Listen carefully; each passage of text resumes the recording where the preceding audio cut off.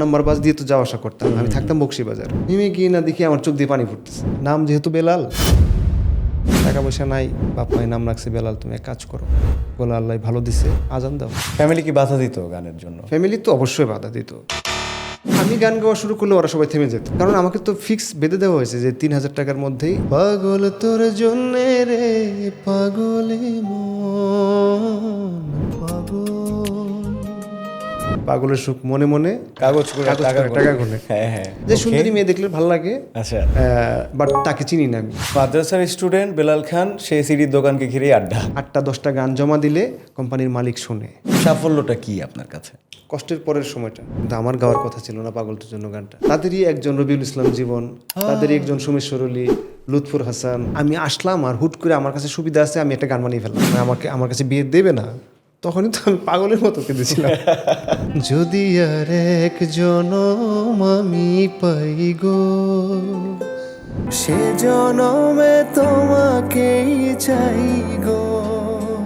গান বাজনা আসলে হুট করে এসে হয় না, ক্রেডিট দেওয়া এফে সুমনের না। শুরুর দিকের যে ব্যর্থতারা, সেগুলো খুব কষ্ট দিছে। যে আমি ভয়েস দিয়েছি, পরে দেখি যে সেটা আমার কণ্ঠে না, অন্য কোনো কণ্ঠে। তোমার গান যদি মানুষ নিয়ে নেয়, ওখানে কোনো ব্যাকরণ চলবে না, কোনো রাজনীতি চলবে না, একদম একদম, কোনো গ্রুপিং চলবে না, কিচ্ছু চলবে না।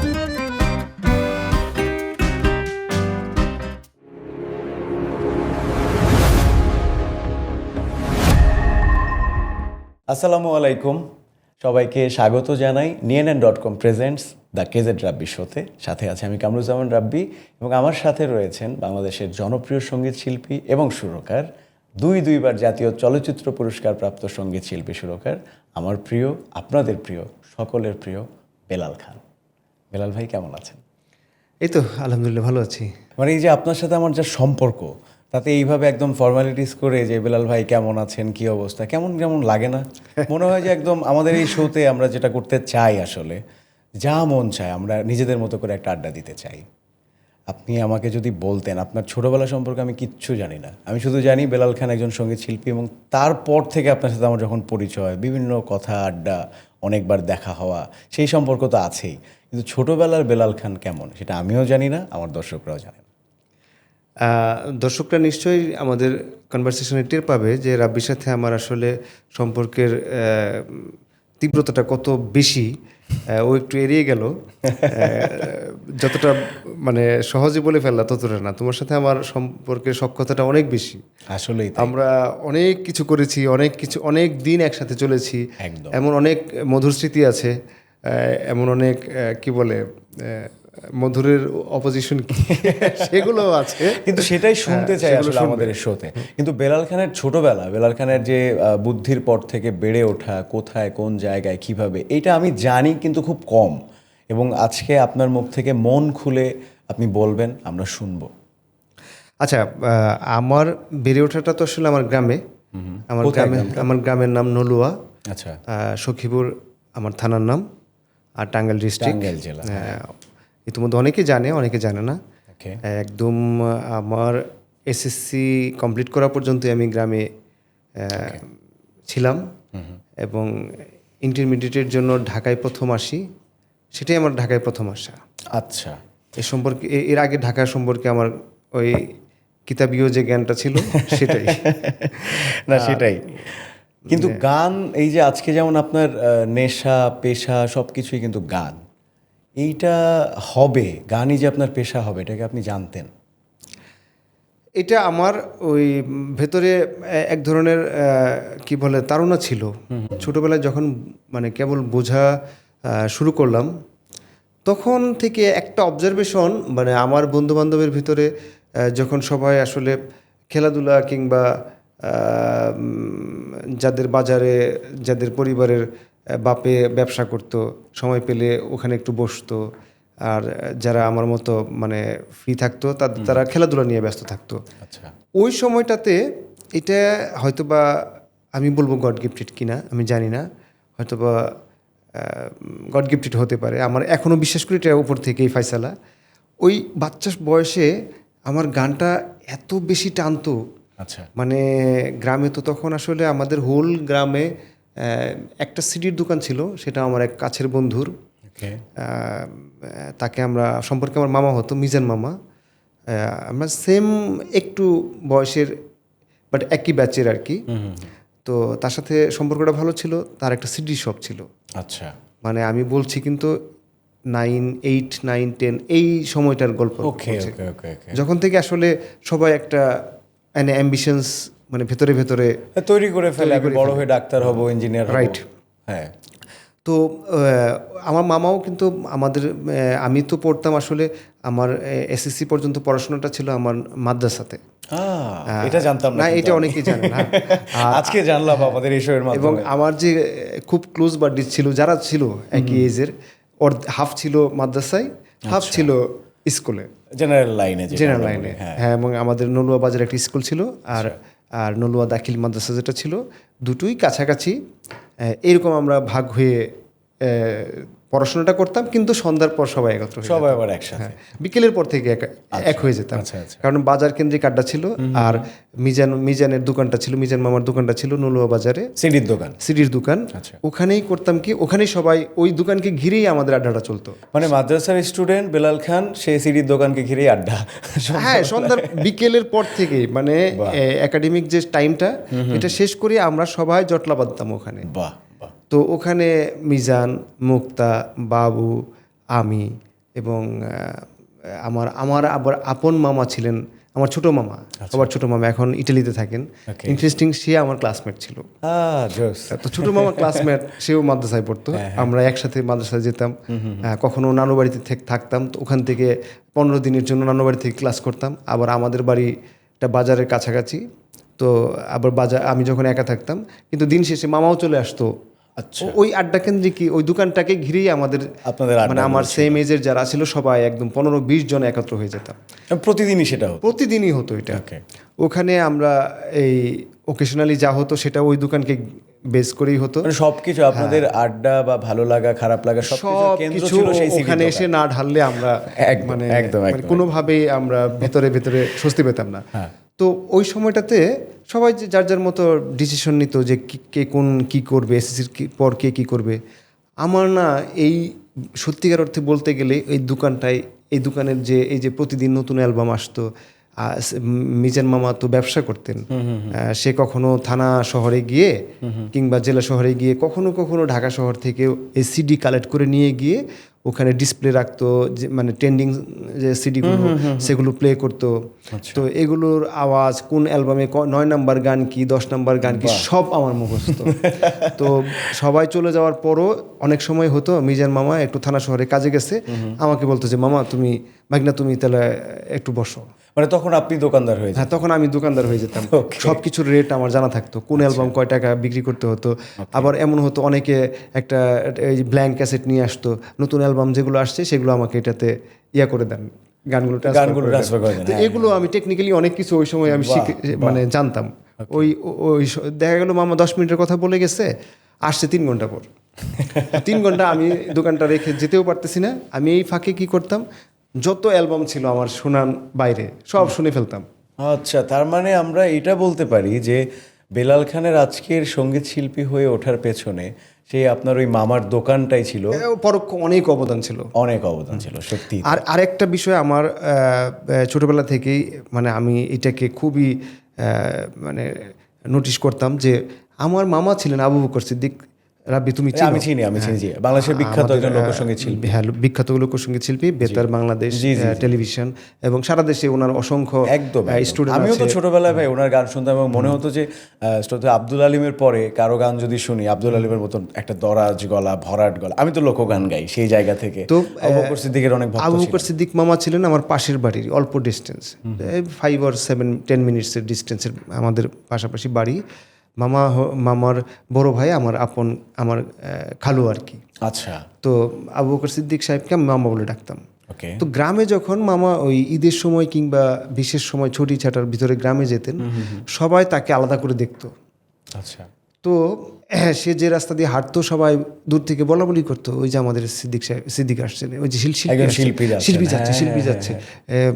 ওই চাচিরা খালারা, এবং গ্রামে এটা অনেক বেশি চাচিরা হয়। খালারা তো একটু পর্দা করতো, ওনারা ফাঁক দিয়ে দেখতো ওই যে সিদ্দিক যাচ্ছেন, শিল্পী যাচ্ছে। টেলিভিশনে দেখেছি টেলিভিশন তাকে, দেখছি, রেডিওতে শিল্পী গান যাচ্ছেন। শুনেছি, হ্যাঁ। কিংবা শনিবারে ওই যে বেতার টেলিভিশনের যে একটা ফোক গানের পল্লীগীতির একটা প্রোগ্রাম ছিল, প্রোগ্রাম হতো, হ্যাঁ। ওটা কখনো কখনো হয়তো যে কারোর বাসায় আয়োজন করে দেখা হয়তো, সবাই এসে আচ্ছা, দেখতো। আচ্ছা, আচ্ছা, যে আমাদের গ্রামের আবু বকর সিদ্দিক শিল্পীর গান আজকে কি টেলিভিশনে যাবে, হ্যাঁ, তাকে হ্যাঁ। টেলিভিশনে দেখা যাবে। বাহ, বাহ। তো এই যে জিনিসটা ছোটবেলাতে, এই জিনিসটা সবাই তাকে বিশেষ নজরে দেখতো, এটা আমার মাথায় এমনভাবে বসে গেল যে তার মানে আপনার এই যে আবু বকর সিদ্দিককে দেখা, তারপরে ওই সিডির দোকান, গানগুলো এবং শিল্পী হওয়ার যে সম্মান, ভালোবাসা, সেই সব কিছুই ওই বয়সে আপনার মনের মধ্যে গেঁথে গেল। সে থেকে আপনার আসলে journey-টা। তারপরে যেটা করতাম, থানা শহরে প্রোগ্রাম হতো, কারণ ওই স্কুলের বিশেষ অনুষ্ঠান কিংবা কলেজের বাৎসরিক যে প্রোগ্রাম, সেইখানে ঢাকা থেকে শিল্পী যেত। আচ্ছা, এছাড়াও পলিটিক্যালি অনেক প্রোগ্রামে ঢাকার বড় বড় প্রমিনেন্ট সিঙ্গারগুলো যেহেতু গান গেত, তো তখন আমি চেষ্টা করতাম আমাদের যে এই যে 10-15 জনের যে একটা জটলা, আমরা সবাই আবার সাইকেল ক্যারি করতাম। সবারই একটা করে সাইকেল ছিল। আচ্ছা, আমরা সাইকেলিং করেই মাদ্রাসায় যেতাম কিংবা স্কুলে যেত, আবার সাইকেলিং করে একসাথেই নদীর পাড়ে যেতাম অথবা সিনেমা দেখতে যেতাম। সিনেমা হল ছিল থানা শহরে। আচ্ছা। 5 কিলো সাইকেল করে তারপর যেতে হতো, যেতে যেতে শরীর টরিল ঘাম ভিজে যেত। তারপরে সিনেমা হলে ঢুকতাম, সিনেমা হলের ভিতর আর এক মানে পৃথিবীর সব গরম মনে হয় ওখানে। বের হওয়ার পর দেখতাম আমরা 3 দিন মনে হয় টানা 3 দিন পানিতে একদম ঘেমে একদম নেই। যাই হোক, তো ওই থানা শহরে যে প্রোগ্রামগুলো হতো, কিংবা আমার ইন্টার সখীপুরের ভিতরে, সখীপুর বাসাইল 2 থানা মিলিয়ে আমাদের সংসদীয় আসন, এই 2 থানায় মানে এই গান বাজনা রিলেটেড কোনো প্রোগ্রাম হলে আমি মিস করেছি বলে, আমি যতদিন গ্রামে ছিলাম কোনো প্রোগ্রাম মিস করছি এরকম মনে হয় না, এবং কোনো প্রোগ্রাম আমি সামনে বসে দেখি না, এইরকম করে দেখতেছি। এই আমরা সবাই একসাথে 2 ঘন্টা আগে চলে যেতাম সামনে বসার জন্য। প্রত্যেকটা শিল্পী কী করে না করে একদম খুঁটিয়ে খুঁটিয়ে দেখতাম, কে কী পোশাক পরতো, কে কী স্টেজে বলতো, কে কীভাবে গান করতো, এগুলো একদম ওই ছোটোবেলা থেকেই দেখা আমার। ছোটবেলা বলতে আমরা যা শুনছিলাম যে আপনার যখন ক্লাস 8-9-এ পড়েন, সেই সময়টা মামার সেই সিডির দোকান, আপনার মামার একজন মামা বিখ্যাত লোকসঙ্গীত শিল্পী আবু বকর সিদ্দিক, এবং আপনার যে 8-10 জন বন্ধুরা, তারা সবাই আপনাকে বিভিন্নভাবে অনুপ্রাণিত করেছে আসলে গানের সাথে যুক্ত হওয়ার জন্য। আপনি বলছিলেন যে ঢাকায় আসলেন এবং ইন্টারমিডিয়েটের সময় ঢাকায় আসলেন। হ্যাঁ, আরেকটু বলি, ইন্টারেস্টিং হলো আমি যে ভিতরে ভিতরে গান লালন করতেছি এটা কেউ জানে না। হ্যাঁ, এমনকি ফ্যামিলির কেউ না? না, ফ্যামিলির কেউ না। ফ্যামিলি কি বাধা দিত গানের জন্য? ফ্যামিলি তো অবশ্যই বাধা দিত, কারণ ফ্যামিলি তো আমাকে পড়াচ্ছে মাদ্রাসাতে, তো সেইখানে আমি মাদ্রাসাতে পড়াচ্ছি, ছেলে গান করবে, এটা তো আর হয় না। এটা হয় না। আরও ইন্টারেস্টিং বলি, মাদ্রাসাতে তো আমার কিছু কালচারাল প্রোগ্রাম হতো, বাৎসরিক একটা ওয়াজ মাহফিল হতো, সেখানেও আমি গজল গাইতাম, এবং অনেক নামি দামি বক্তারা ওয়াজ করতে যেতেন। শুরুতে আমার গজল দিয়ে শুরু হতো, হ্যাঁ। কিংবা বাৎসরিক যে প্রোগ্রামগুলো হয় সেখানে আমি গজল গাচ্ছি, কিংবা ইসলামিক ফাউন্ডেশনের প্রোগ্রাম, জাতীয় শিক্ষা সপ্তাহ, এইগুলো আমাদের একদম আমার ছোটোবেলায় একদম ভেজে খাওয়া। বাহ। সব জায়গাতে আমার বিচরণ থাকতো। পুরস্কার যখন পেতাম তখন ফ্যামিলিতে কিছুটা খুশি টুশি হতো, কিন্তু ভেতরে ভেতরে যে আমি গান নিয়ে একটা বড় পরিকল্পনা করতেছি এটা কেউই জানতো না, টোটালি কেউ জানতো না, আমার কাছের বন্ধুরাও জানতো না। ওই যে ওই 8-10 জন ছাড়া কেউই জানতো না। আচ্ছা, আপনি যখন ঢাকায় আসলেন ইন্টারমিডিয়েটের সময়, আপনি কি ঢাকায় পড়াশোনা করেছেন ইন্টারমিডিয়েট? কোন কলেজে, কোথায়? আমি ঢাকায় এসেছি, ঢাকায় মোহাম্মদপুরে কলেজ ইন্টারমিডিয়েটে শেষ করলাম। পাশাপাশি কোচিংয়ের জন্য ঢাকা ইউনিভার্সিটি ভর্তি হতে হবে। এই যে ঢাকায় আসার পরে বন্ধুরা ছন্নছাড়া হয়ে গেল। কেউ একটা সংখ্যক 4-5 জন আমাদের ক্লোজ বন্ধুদের ভিতরে তারা বিদেশ চলে গেল।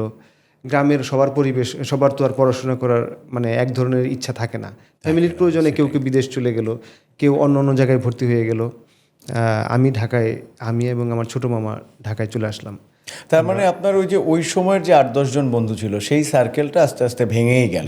এবং আপনি ঢাকায় যখন আসলেন, এরপরে আপনি ঢাকা ইউনিভার্সিটিতে ভর্তি হলাম। ঢাকা ইউনিভার্সিটিতে ভর্তি হওয়ার পরে আপনার ফ্যামিলি থেকে তো আপনি অনেকখানি দূরে। ওই সময় তো আরও বেশি, মানে আপনি যখন বাড়িতে ছিলেন এসএসসি পরীক্ষার আগে তখনই ফ্যামিলিকে ফাঁকি দিয়ে গানের পেছনে এতটা সময় দেয়া, নিশ্চয়ই ঢাকা ইউনিভার্সিটিতে যখন ভর্তি হলেন তারপরে ফ্যামিলিকে না জেনে অনেক কিছু, ঢাকা ইউনিভার্সিটির এই যে সার্কেল, বন্ধু বান্ধব, এইগুলো আপনার প্রভাব ফেলছে? একদমই নতুন একটা সার্কেল তৈরি হলো। আর আমি এই সময়টাতে আমি বুঝলাম যে আমি একদম ফুল স্বাধীন। এখন আমি যেখানে যা মানে আমার ইচ্ছা, আমার যত অপূর্ণ ইচ্ছা সব আমি এখন পূরণ করতে পারবো, এটা আমি মানে বুঝে ফেললাম। ওকে, একটা সময় নিলাম, নতুন একটা সার্কেল তৈরি হলো, এই নতুন একটা কালচার, তারপরে হল culture, campus culture, TSC culture, এগুলোর সাথে যখন মোটামুটি মিশে গেলাম। ভাই তো আপনি কোন ডিপার্টমেন্টে ছিলেন? Persian language literature. Okay okay okay, হ্যাঁ। এই আরেকটা ইন্টারেস্টিং পার্ট, আমি কিন্তু প্রথমবার একসাথে যারা কোচিং করলাম, আমাদের অনেক বন্ধু ঢাকা ইউনিভার্সিটি চান্স হয়ে গেল। আমার সময় 2বার পরীক্ষা দেওয়া যেত, এখনও আছে কিনা আমি জানি না। তো প্রথমবার আমার চান্স হলো না। আচ্ছা, তারপরে আমি বাধ্য হয়ে জগন্নাথ ইউনিভার্সিটিতে ভর্তি হলাম পলিটিক্যাল সায়েন্সে। সেটা কি গানের জন্য হলো না? আমি জানি না, হয়তো বা আমি ফুল প্রিপারেশন নিইনি। কারণ কি, গানকে অনেক বেশি সময় হ্যাঁ, আমি সবাই বন্ধুরা ওই যে ম্যাচ করে থেকে যখন সবাই পড়াশোনা করতো, আমার এখানে ওই সময় একটা হেডফোনের মতো ছিল আর একটা ওয়াকম্যানের মতো ছিল, এটা আমাকে গিফট করেছিল MP3 প্লেয়ার আমার এক টাইপের, মানে রিলেটিভ গিফট করেছিল। তো আমি যত সিডি নতুন বের হইতো ওগুলো কিনে রাখতাম, কিনে ওই সন্ধ্যার পর আমি একদম ধ্যান করে শুনতাম। ওকে, তো পড়াশোনা করতাম সবার সাথে সঙ্গ দিতে দিতে যেটুকু হয়। তো চান্স হলো না। তো অনেক বন্ধুরা ইউনিভার্সিটি চান্স হয়ে গেল ভালো ভালো সাবজেক্টে। তারপরে কিছু আবার দেশের বাড়ি চলে গেল, আবার যাদের সাথে পরিচয় হলো, কোচিংয়ে একটা সার্কেল হলো। তারপরে এই প্রতিদিন সন্ধ্যায় ক্যাম্পাসে আড্ডা দিতে আসি। তখন মানে ধীরে ধীরে আপনার সার্কেলটা অনেক বড় হয়ে গেল ঢাকাতে এসে, মানে ডিফারেন্ট সার্কেল হলো। ওকে ওকে। এই সন্ধ্যার পর ক্যাম্পাসে, তখন আমরা ক্যাম্পাসের স্টুডেন্ট। গানের সার্কেল ছিল যাদের সাথে বসে আড্ডাবাজি? না না, তখন ওরা শুধু ওই আড্ডাতে গান গাওয়ার যে এক ধরনের মানসিকতা থাকে না, জি জি, 4-5 জন একাত্র হলে কেউ আসে যে এটা আমার তো ভাই ঢাকায় যখন আসলাম তখন এই আড্ডাটাই কিন্তু আজকে আমি এরকম জায়গায় আসতে কিন্তু ওই আড্ডার ভিতরে না একটা নিখাত একটা গলা ছেড়ে গান গাওয়ার একটা কম্পিটিশন আছে, ওইটা আমি এখনো মিস করি। আমি এটা ফিল করতে পারি, কারণ আমি এটা দিয়ে শুরু করেছি, প্রচন্ড ভাবে মিস করি। কারণ ওইভাবে আমার যেহেতু কোনো রেওয়াজ করার সময় নাই, অথবা সুযোগ নাই, অথবা গান নিয়ে কোনো কাজ করবো এটাও সুযোগ নাই, কিন্তু ওই গলা ছেড়ে গান গিয়ে চিৎকার করে গান গাওয়া এবং লম্বা সময় ধরে একটার পর একটা গান গাচ্ছি, 2 ঘন্টা কখন চলে গেছে শহীদ মিনারে টেরই পাই নাই। তো এগুলো যে ভেতরে ভেতরে আমাকে এক ধরনের একটা তৃপ্তি দিত, আবার মানসিকভাবেও চাঙ্গা রাখতো। বন্ধু মহলে কিন্তু ওই সময় আপনি একজন শিল্পী, হ্যাঁ, যে বেলাল খান মানেই বন্ধু, আমি গান গাওয়া শুরু করলে ওরা সবাই থেমে যেত, একদম যে আমাকে সবাই ফ্লোর দিত, তখন আমি বুঝতাম যে আমি ভালো গাই। মানে অলরেডি আপনি একটা সেলিব্রিটি ব্যাপার তৈরি হয়ে গেছে বন্ধুদের ভিতরে আলাদা। সবাই কেউ আমাকে বলতো যে শিল্পী আসছে, এটা ট্রিট করতো। তো আবার জগন্নাথ ইউনিভার্সিটিতে ভর্তি হওয়ার পর কিছুদিন ক্লাস করার পর আমার বাবা, যেহেতু ইউনিভার্সিটি তার কাছে, তো ঢাকা ইউনিভার্সিটি, আমার তখন বাবা থাকতো দেশের বাইরে, উনি ছেলে ইউনিভার্সিটিতে ভর্তি হয়েছে, তাকে আমরা টাইম দিতে পারি না, নিজের মতো করেই পড়াশোনা কন্টিনিউ করে যাচ্ছে, এটা ভেবেই আমাকে একটা গিফট দিল। কারণ ওই সময়ে মোবাইল ফোন খুবই এক্সপেন্সিভ। এটা আনুমানিক কত সালের কথা বলছেন? 2003 সালের কথা। হ্যাঁ, ওই সময় আসলে মোবাইলটা খুব রেয়ার। তো বাবা আমাকে একটা স্লাইড মোবাইল গিফট দিল, যেটা রেয়ার। হ্যাঁ, দেশে অনেক ধনী মানুষের কাছে নোকিয়া, এই যে একটা ইয়াওয়ালা কি বলে, অ্যান্টেনাওয়ালা মোবাইল, তো সেইখানে একটা স্লাইড মোবাইল, এটা এক্সট্রাঅর্ডিনারি, মানে খুবই মানে একটা ব্যাপার স্যাপার। মানে আজকের ওইটা কোথাও বের করলে, iPhone 17, হ্যাঁ, ওইটা কোথাও বের করলে সবাই এরকম করে ওকে দেয়। তো ওই ফোনটা নিয়ে আমি 2-4 দিন ক্লাসে যেতাম, ফোনটা ইচ্ছে করে নিয়ে যেতাম, একটু হাতে থাকতো। হ্যাঁ, ক্লাসে গিয়ে যখন বের করতাম, ওই সময় যারা বন্ধু বান্ধবী যারা, ওরা আমাকে একটু আলাদাভাবে দেখতো, বাবারে মোবাইল নিয়ে আসছে। তো অনেকে আমার নাম্বারটা গ্রামের বাড়িতে দিত, যে এই নাম্বারে কল করলে মেসেজ দিলাম পেয়ে যাব। হ্যাঁ। তো একটা পর্যায়ে দেখলাম যে আমার ম্যাস কিংবা ক্যাম্পাস আরও যারা সার্কেল সবাই আমার নাম্বার দিয়ে রাখছে, যার গ্রামের বাড়িতে। আর মোবাইল তো তখন বন্ধুদের মধ্যে বেলাল খানের হাতে। এটা আমি কখনো বড়াই করছি না, কিন্তু এটা আমার বাবার দেয়া গিফট। একদম। তো এটা আমার কাছে খুবই স্পেশাল ছিল। একদিন 8 নম্বর বাস দিয়ে তো যাওয়া আসা করতাম, আমি থাকতাম বকশীবাজার। আচ্ছা। তো 8 নম্বর বাসে উঠতাম, একদম জগন্নাথ ইউনিভার্সিটির কাছাকাছি নামিয়ে দিত, ওখান থেকে শেষ করে আবার কখনো সিট পেতাম না, ঘাড় কুজো হয়ে দাঁড়ায় থাকতাম, 1.5 ঘন্টা 2 ঘন্টা লাগতো, প্রচুর যানজট ঠেলে আবার বকশীবাজার আসতাম। একদিন নামার সময় দেখি আমার মোবাইলটা নাই। ইস, মানে এটা মোবাইলটা তো আমার কাছে যে অন্য কিছু, এটা তো আমার কাছে শুধু মোবাইল না। মানে সিরিয়াসলি কিভাবে এটা হ্যাঁ, 8 নম্বর বাসে যেটা হয়, পকেট মার কে কোন সময় মেরে দিছে কেয়ার করে। পরে তো আমি তো রীতিমতো চিৎকার করতেছি আমার মোবাইল। এখন আমার ফিলিংসটা তো আর কেউ বুঝতেছে না, সবাই একটা মোবাইল হারাইছে একটা জায়গায়, আর এত ঠেলাঠেলি কে কার খবর রাখে। এক পর্যায়ে আমি নেমে গেলাম, নেমে গিয়ে না দেখি আমার চোখ দিয়ে পানি ফুটতেছে। পরে রুমে গেলাম, রুমে গিয়ে আমি আর স্বাভাবিক থাকতে পারতেছি না। ওই দিন ডিসিশন নিলাম যে আমি আর জগন্নাথ ইউনিভার্সিটিতে যাব না, আমি যেভাবেই হোক আমাকে ঢাকা ইউনিভার্সিটিতে পড়তে হবে। সিরিয়াসলি? হ্যাঁ, ওখান থেকে কাছে, ওকে, ওখান থেকে হেঁটে আসা যায় ক্যাম্পাসে। 8 নম্বর বাসে আর আবার চড়তে হবে না। হ্যাঁ, 8 নম্বর বাসে চড়া লাগবে না। আবার আমার আড্ডার কেন্দ্র টিএসসি, তো ক্যাম্পাসে না আসতেই তো ক্যাম্পাস আমার প্রিয় হয়ে গেছে। অন্য মানুষের ক্যাম্পাস এটা আমি মানতে পারিনি, এটা আমার ক্যাম্পাস হবে। তারপরে আবার মানে পড়াশোনা শুরু করলাম। মানে সিরিয়াস স্টুডেন্ট তো কখনোই ছিলাম না, যেটুকু সিরিয়াস হওয়া দরকার অ্যাটলিস্ট অ্যাডমিশনের জন্য। ফাইনালি দেখলাম যে না, দ্বিতীয়বার আমার হয়ে গেল। অ্যাটলিস্ট আমার কথা হলো যে একটা সাবজেক্ট হলেই হলো, ঢাকা ইউনিভার্সিটিতে আমি পড়বো। যে আমার জাস্ট পরিচয় দেওয়ার মতো আমার আইডি কার্ডে ঢাকা ইউনিভার্সিটি লেখা থাকলেই হলো। একদম। খুব কষ্ট করলাম, কারণ আমাদের মতো বাউন্ডালে মানুষ যে টেবিলে বসবে পড়বে, এটা তো ভাই রেয়ার কেস। তাহলে আপনি বাউন্ডারি এটা স্বীকার করছেন, 1 নম্বর কথা। হ্যাঁ, আগা করাই তো। আরেকটা বিষয় বেলাল ভাই, যে এই যে আপনার ঢাকা ইউনিভার্সিটিতে ভর্তি হওয়ার গল্পটা শুনলাম, এবং স্পেশালি মোবাইল ফোন মানে যেভাবে হারালো আর কি। বিশ্বাস করে রাব্বি, আমার এখন এই যে আইফোন যত লেটেস্ট মোবাইলই আসুক, আমি ওই ফোনটা এখনও মিস করি। ওইটা যদি এমন হতো যে কখনো ফেরত পাওয়ার অপশন থাকতো, আমি ওটা রেখে দিতাম। ইস, আমি তো গল্পটা শুনেই আমার কেমন কেমন লাগছে, কারণ আমি ফিল করছি কিছুটা। আমার বাবা যখন 2003 সালে বোধহয় মোবাইল কিনলেন, এলজির একটা mobile, colour phone, 30 second record করা যায়। ওই ফোনটা আমি এক ঈদের নামাজে যাব, বাবাকে বললাম, বাবা একটু আমার হাতে দাও। মানে আমার হাতে নিয়ে আছি, সেটাই আমার খুব ভালো লাগছে। তো আমি ফিল করতে পারছিলাম যে আপনার ওই মোবাইলটা কতটা পছন্দের, শখের ছিল। যাক, এটা চোরে নিয়ে গেল, আর কিছু বলার নেই। কিন্তু আপনার এই যে ঢাকা ইউনিভার্সিটিতে ভর্তি হওয়ার পরে আপনি রেকর্ডিং করলেন একটা গান, বা আপনার গানের সার্কেল তো তখনও ছিল না, শুধুমাত্র বন্ধুরা গান শুনতো, বন্ধুদের মধ্যে আপনি একজন জনপ্রিয় শিল্পী, বন্ধুরা শিল্পী বলেই ডাকতো, সেটা জানলাম। গানের রেকর্ডিংটা শুরু করলেন কীভাবে? প্রথম কোনো অ্যালবাম, ক্যাসেট? এই যে যথারীতি first year, second year, third year চলে গেল, আমার যেটা হতো, আমি ছোটোবেলা থেকে কিছুই মুখস্থ রাখতে পারতাম না। আচ্ছা। বাট কোনো কিছু যদি অন্তমিলওয়ালা সামনে পেতাম, সেটা যদি আমি ভেতরে ভেতরে এক ধরনের সুর করে আমি ওটা অন্তমিলটাকে সুরে ফেলানো, ছন্দে ছন্দে একটা সুর তৈরি হয়ে যেত। যে কোনো কবিতা হোক, যেটাই হোক, এটা আমার ছোটোবেলায় ওটা কাউকে বলতাম না। আচ্ছা। কারণ আমি তো ডিরেক্ট, যেমন আমার বন্ধুরা ক্লাসে টিচার বলো এই কবিতাটা বলো, ও ধাপ ধাপ বলে ফেলতেছে, আমি তো পারি না। আমি সব সময় স্যালেন্ডার করতাম, কিন্তু আমি যে সুরে পারি এটা তো স্যারকে বলা যায় না, সবাই হাসাহাসি করবে। হ্যাঁ। তো আমি সবসময় চেষ্টা করতাম যে স্কিপ করতে নিজের। আচ্ছা। কিন্তু আমি ওই যখন লিখতাম, আমি ওই সুরে সুরে মনে করে লিখতাম। বাহ। তো অনেক কবিতা ছিল, ওই যে ওয়াকম্যানটা আমার কাছে ছিল। হ্যাঁ। তো আমাদের সময় যে টিডিকে যে ব্ল্যাঙ্ক ক্যাসেটটা ছিল 90 মিনিটসের, আমি যদিও ভাই ওই সময়ের না, আমি এগুলো শুধু গল্প শুনি। আচ্ছা, একটা ব্ল্যাঙ্ক ক্যাসেট ছিল 90 মিনিটস, ওকে, মানে 60 মিনিটসের পরেও আরও 30 মিনিটস। আচ্ছা। 90 মিনিটসের একটা টিডিকে ক্যাসেট কিনে সেটাতে আমার যা মন চায় এপি টুপিতে আমি রেকর্ড করতাম। হ্যাঁ, ধরো কোনো একটা অন্তমিলওয়ালা কবিতা, একটা রোমান্টিক কবিতা কিংবা একটা স্যাড কবিতা, সেটার অন্তমিল আছে, এবার আমি ওটা সুর করে ওখানে ওই রেকর্ড করে রাখতাম। এভাবে রাখতাম। কখনো কখনো আমার নিজের ভিতরেই কোনো একটা কবিতা অথবা দুটো লাইন অথবা একটা ভাব চলে আসতো। আচ্ছা আচ্ছা। এইভাবেই অনেক ভাব আমি রেকর্ড করে রাখতাম। রাখতে রাখতে ভরে যেত। এর ভিতরেই একটা ছিল পাগল তোর জন্য রে পাগল। আমি আসতাম এই প্রসঙ্গে। এইটা তখনও আমি আই থিঙ্ক থার্ড ইয়ার কি ফোর্থ ইয়ারে, মানে অনার্স শেষের তখন ঢাকা ইউনিভার্সিটি আপনি থার্ড ইয়ার বা ফোর্থ ইয়ার? হ্যাঁ, পুরো ক্যাম্পাস আমি চষে বেড়াই। বন্ধুবান্ধবরা জানে যে বেলাল খান শিল্পী।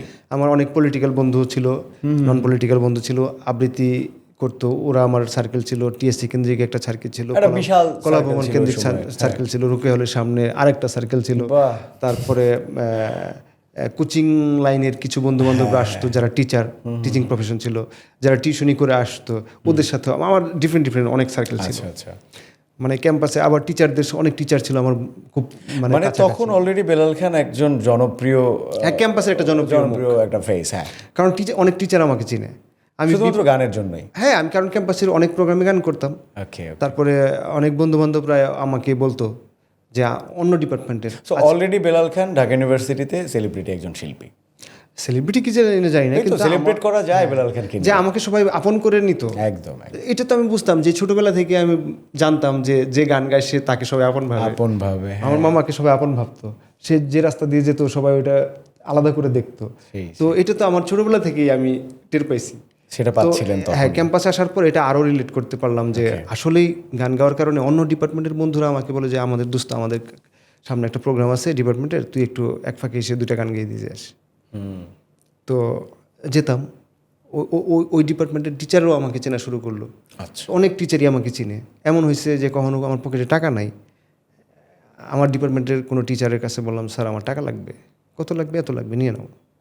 মানে এই সময়টাও গেছে যে পকেটে টাকা নেই। হ্যাঁ অসংখ্য, কারণ আমাকে তো ফিক্স বেঁধে দেওয়া হয়েছে যে 3,000 টাকার মধ্যেই 3,000 টাকা করে দেওয়া হতো ফ্যামিলি থেকে। তো 3,000 টাকায় অনেক সময় চলতো না, কারণ কোনো একটা সময় দেখা গেল বন্ধুরা আবদার করে বসছে তারা তেহারি খাবে। আচ্ছা, নীলক্ষেতের রয়্যালের তেহারি আমাদের এতটাই ফেভারিট ছিল যে আমরা ট্রিট দিতাম ওই তেহারি। ওকে, কারোর কোনো বিশেষ দিন সেলিব্রেট করতাম ওখানে গিয়ে। কেউ নতুন প্রেমে পড়ছে, তুই খাওয়াবি, কোথায় খাওয়াবি, রয়্যালের তেহারি। ওকে, তারপরে কারো ভালো রেজাল্ট হয়েছে, কারো যে কোনো স্পেশাল কিছু। তো এমন হয়ে গেছিল রয়্যালের ওখানে গিয়ে আমাদের নাম বললে তেহারি পাঠিয়ে দিত, মানে এতটাই ওদের সাথে আমাদের সখ্যতা ছিল। আমরা যে জায়গায় ছিলাম পাগল তোর জন্য, হ্যাঁ ওই সময়ে আমার এই যে পাগল তোর জন্য রে পাগল এমন এই লাইনটুকু, শুধু স্পেসিফিক এই লাইনটুকু আমার গুনগুন করে ভেতর থেকে আসা, আমি রেকর্ড এটা আপনারই লেখা ছিল? এইটুকুই শুধু এইটুকু, এই ভাবনাটুকু। ওকে, কারণ রুকে হলে সামনে বসে থাকতাম। প্রেম ছিল ওই সময়? ওই সময় মানে হঠাৎ করে এরকম একটা না ভাবনা আসলো? ওই সময় আমার প্রেমটা ফিক্স না, যে সুন্দরী মেয়ে দেখলে ভালো লাগে, আচ্ছা, বাট তাকে চিনি না আমি। কিন্তু পাগল তোর জন্য রে, এটা তো খুব কারণ থাকে স্পেসিফিক করে বললাম না, রুকে হলের ওইখানে একটা সার্কেল ছিল, ছিল হলো ভাষা ইনস্টিটিউটের হাফ বেরি, Okay. তখন ওই লম্বা হয় দেয়ালটা ছিল না, হাফ ছিল, ওইটার উপরে পা ঝুলিয়ে বসা যেত। আচ্ছা, তো ওখানে বসে বসে আমরা 3-4 জনে মিলে বসতাম, গুনগুন করে যা মন চাই গাইতাম, চিল্লাচিল্লি তোর করতাম। জন্য রে গুনগুন করে। ওকে ওকে, শুনবো আপনার থেকে, শুনি আগে গল্পটা শুনি। পরে এর ভিতর দিয়ে আমাদের হাবিব নামের একটা বন্ধু তৈরি হলো। ও ছিল কুষ্টিয়া ইউনিভার্সিটির।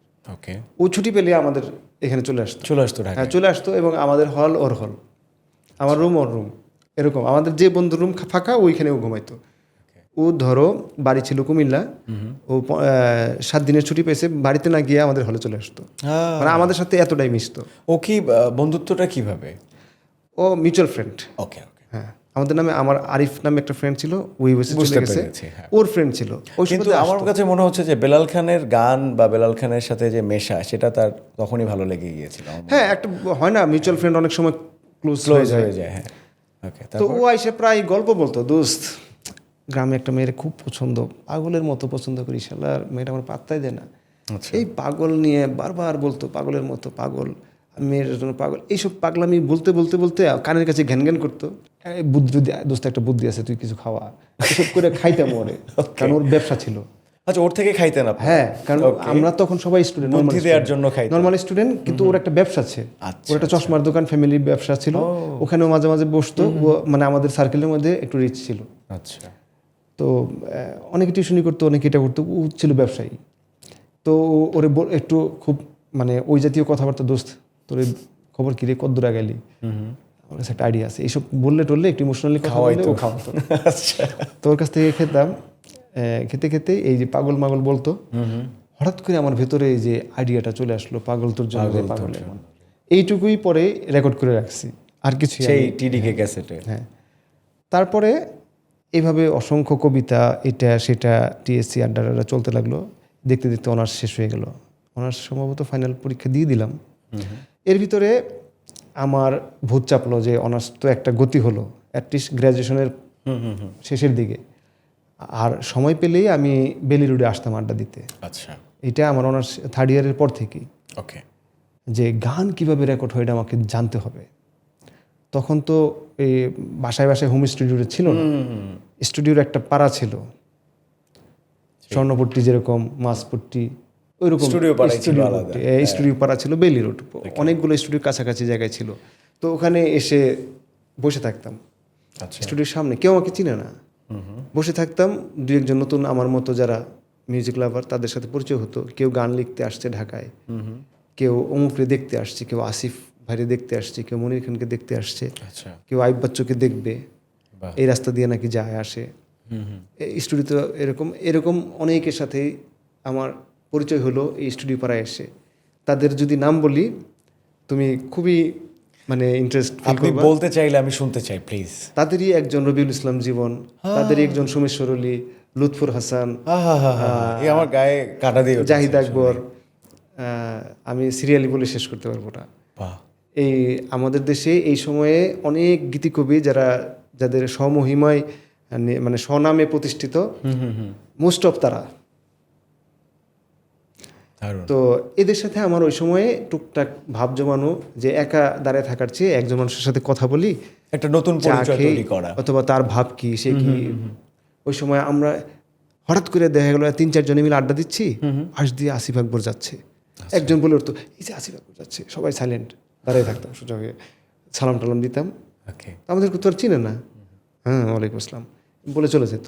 অথবা কখনো বাচ্চু ভাই নামতো, অথবা কখনো জেমস ভাই যাবে একটু পরে, আগেই জেমস ভাইয়ের মানে ম্যানেজার এসে সব ক্লিয়ার করতেছে যে একটু পরে জেমস ভাই উঠবে স্টুডিওতে, অথবা প্রিন্স ভাই নামবে রেকর্ডিং শেষ করে, অথবা বাড়ি সিদ্দিকি বাঁশি বাজাবে স্টুডিওতে, জালাল ভাই আসতেছে যাচ্ছে। মানে একটা পর্যায়ে গিয়ে এই থার্ড ইয়ারের শেষের দিকে এসে আমার প্রিয় হয়ে উঠলো স্টুডিও এই সাইডটা, বেলি রোডের সেই বেলি রোডটা। জায়গাটা। কারণ এখানে আসলে আমি আমার স্বপ্নের মানুষগুলোর দেখতে পাই। একদম। আস্তে আস্তে সার্কেল বাড়তেছে। এই যে মানান মোহাম্মদ কিভাবে বাজায়, অথবা মানাম ভাই কিবোর্ড সেশন কিভাবে শেষ করে, রিদম সেশন আদনান ভাই কিভাবে রিদম প্রোগ্রামিং করে।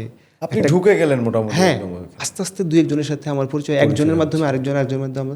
তো আমার টার্গেট একটাই, গান কিভাবে কমপ্লিট হয় এটা আমাকে শিখতে হবে, একটা কমপ্লিট গান কিভাবে তৈরি হয়। তো ভিতরে গিয়ে দেখলাম যে একটা পর্যায়ে জানলাম, দেখলাম, বুঝলাম।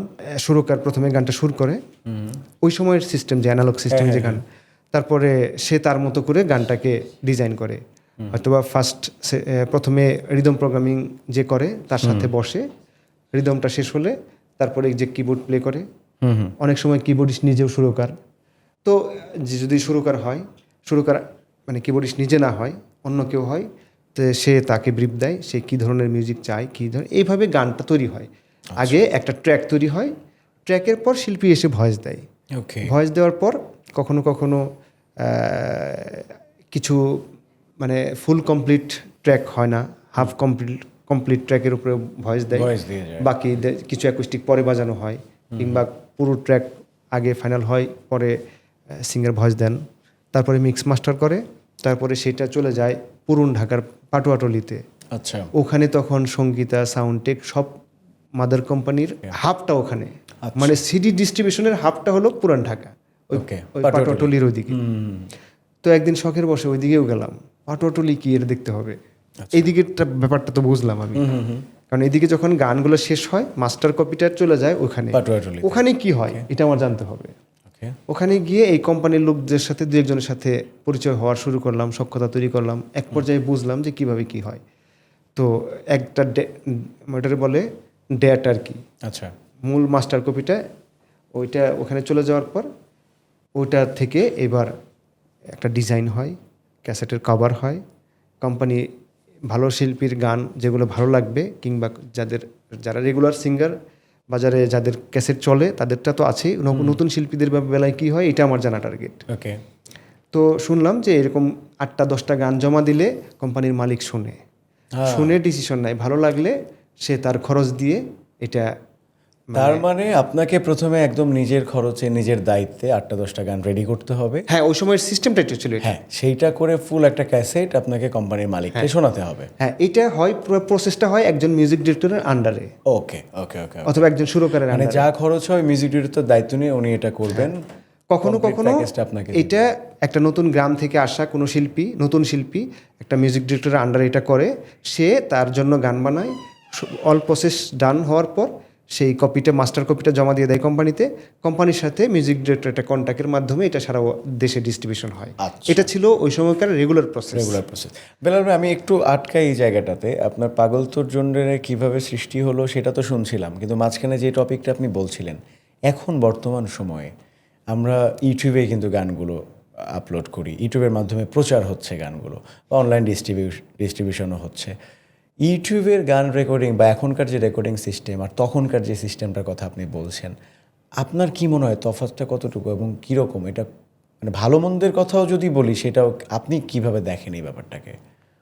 আমি যদি ছোট্ট একটা উদাহরণ দিয়ে দিই, এখন জনপ্রিয় গান ছাড়া তুমি যদি তোমার কথাই বলো, যে গানগুলো তোমার জনপ্রিয় সেটা কিন্তু তুমি যে কোনো সময় যে কোনোভাবে গাইতে পারবা এবং কমপ্লিট লিরিক্স সুর সব তোমার মাথায় আছে।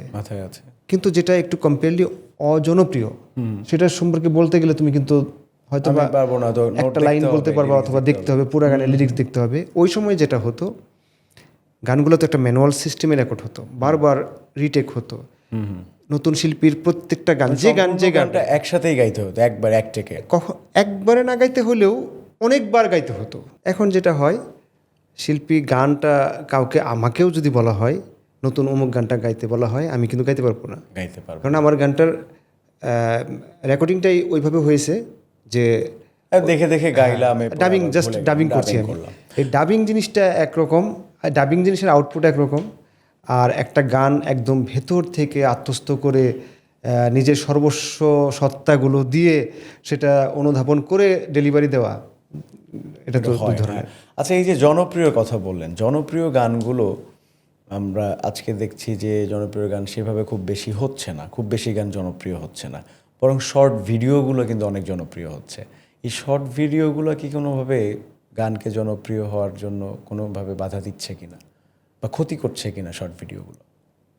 কিছুটা ক্ষতি করতেছে যদি আমরা একভাবে দেখি যে এই শর্টসগুলো যখন শর্টসে কেউ একবার স্ক্রলিং শুরু করে, সে হাফ অ্যান আওয়ার কিংবা আরও বেশি সময় শর্টস স্ক্রলিং করে তারপর থেকে সে বেরিয়ে আসতেছে। সে কিন্তু একটা কমপ্লিট গান কখনো স্থির হয়ে একটা গান শুনবে অথবা একটা এনভায়রনমেন্ট ক্রিয়েট করে সেখানে একটা গান শোনা যায়, সেই গানটাকে সে অনুধাবন করবে।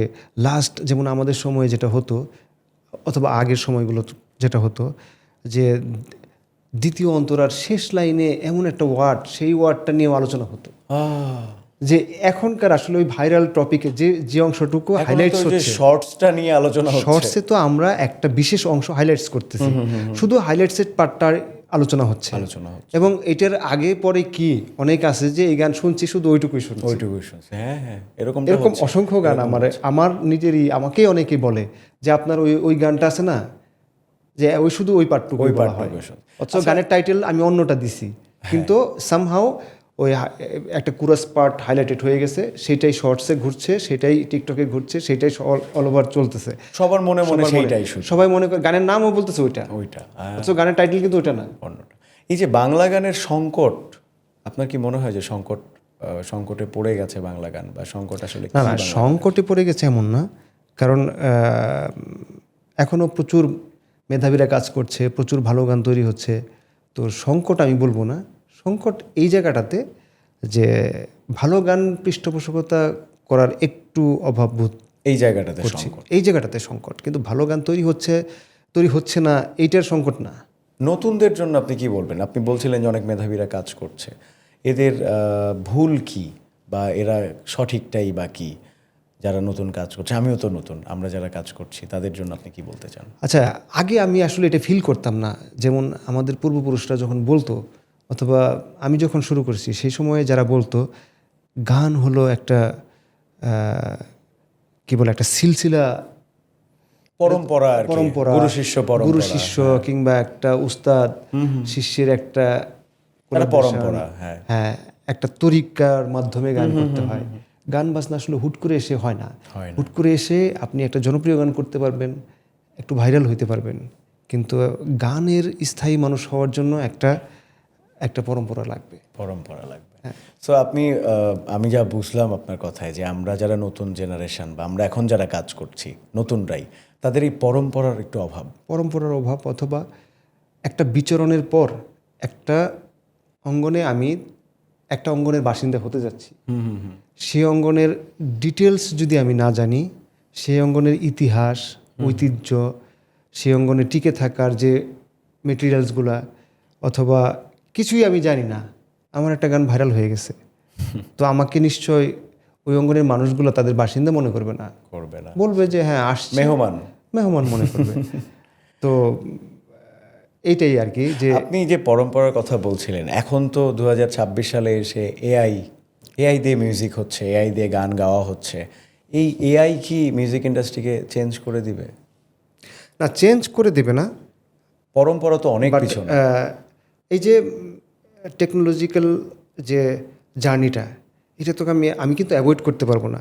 কারণ এখন আমি যদি ফর্সে আমার শুরুর দিকের গান শুনি, সেখানে কিন্তু আমি নিজে ওখানে হাজারটা ভুল আমার মাথায় কাজ করতেছে, হয়তোবা সাউন্ড কিংবা মিক্স মাস্টার কিংবা এই যে গানটাকে নতুন জেনারেশনের কাছে পৌঁছানোর যে মাধ্যমগুলো আছে, এই জায়গাটাতে যেমন এটা তুমি তো কিছুটা বুঝবা অবশ্যই, যে আজ থেকে 10 বছর আগের গান যখন ইউটিউবে আপলোড হয় এবং এখন দেখো ওই গানটার ইউটিউব আপলোড ওই ভার্সনটা ছাড়া আর কোনো ভার্সনই কারো কাছে নাই। হ্যাঁ, আর ইউটিউব এমন এক জিনিস যেখানে আমি যদি 10 বছর আগের একটা কোনো একটা ভার্সন, কোনো একটা কন্টেন্ট আমি এখন শুনি, 10 বছর পরে যে শুনবে সে অনেক কিছু এখনকার সাথে সিমিলার করার চেষ্টা করবে। এখন যেমন যদি ভিজুয়ালের কথা বলি, সেখানে 4K কিংবা আরও 8K, অনেক আপগ্রেড রেজুলেশন। আর যদি অডিওর কথা বলি, সেইখানেও একটা মানে এমন একটা অডিও এখন আপডেট হচ্ছে যেটা খুব ক্লিন, আমাকে আরাম দিচ্ছে।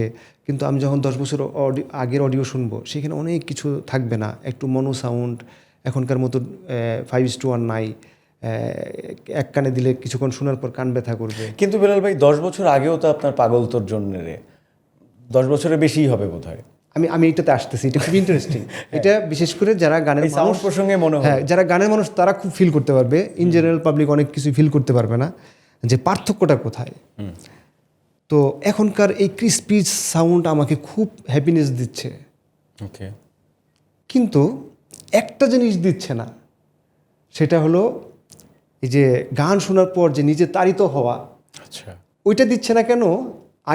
আগের গানগুলোতে সাউন্ডের ঘাটতি থাকতেই পারে, টেকনোলজিক্যালি একটু মানে গ্রেডেশন যদি বলি, এটা একটু নিচের দিকে থাকতেই পারে, কিন্তু সেই গানটার লিরিক্স এবং টিউন এইখানে ফাইনেস্টের কোনো মানে অভাববোধ নাই এবং সাহিত্যমান। হ্যাঁ, ওই সময়ের গানগুলোতে বেলাল ভাই, মানে আমি যতটুকু ফিল করেছি ওই গানের মানুষ হিসেবেই, যে ওই সময়ের গানগুলো ম্যানুয়াল মনে হতো, আর এখনকার গানগুলো কেমন রোবোটিক লাগে। আপনি যে সাউন্ডের কথাটা বলছেন, আমি সেটাই বললাম যে এত ক্রিস্পিনেস দিচ্ছে আমাকে, এত হ্যাপিনেস দিচ্ছে, কিন্তু গানটা আমাকে ছুঁয়ে যাচ্ছে না। আমার যে জায়গাটাতে চুলকাচ্ছে সেইখানে চুলকানিটা লাগতেছে না। হ্যাঁ, কিন্তু আগের একটা পুরনো গান, সেটার নাই কোয়ালিটি ফুল সাউন্ড, নাই মানে ভিজুয়াল প্রেজেন্টেশন, কিন্তু সেটা আমাকে ঠিক জায়গায় চুলকানিটা দিচ্ছে। কারণ কি, ওইটার যে তৈরি হওয়ার যে জার্নিটা, সেটাই এতটাই সোলফুল।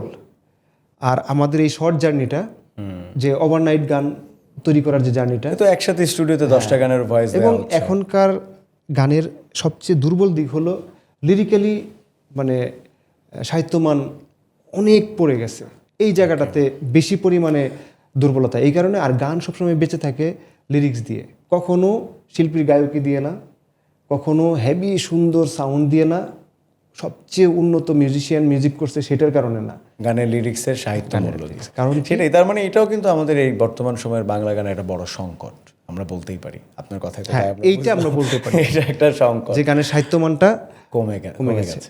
আচ্ছা, আমরা শুনছিলাম যে আপনার পাগল তোর জন্য তৈরি হয় কিভাবে, ওই সময় একটা গান তৈরি হয় কিভাবে, সেই গল্পটা কিন্তু আমরা শুনলাম।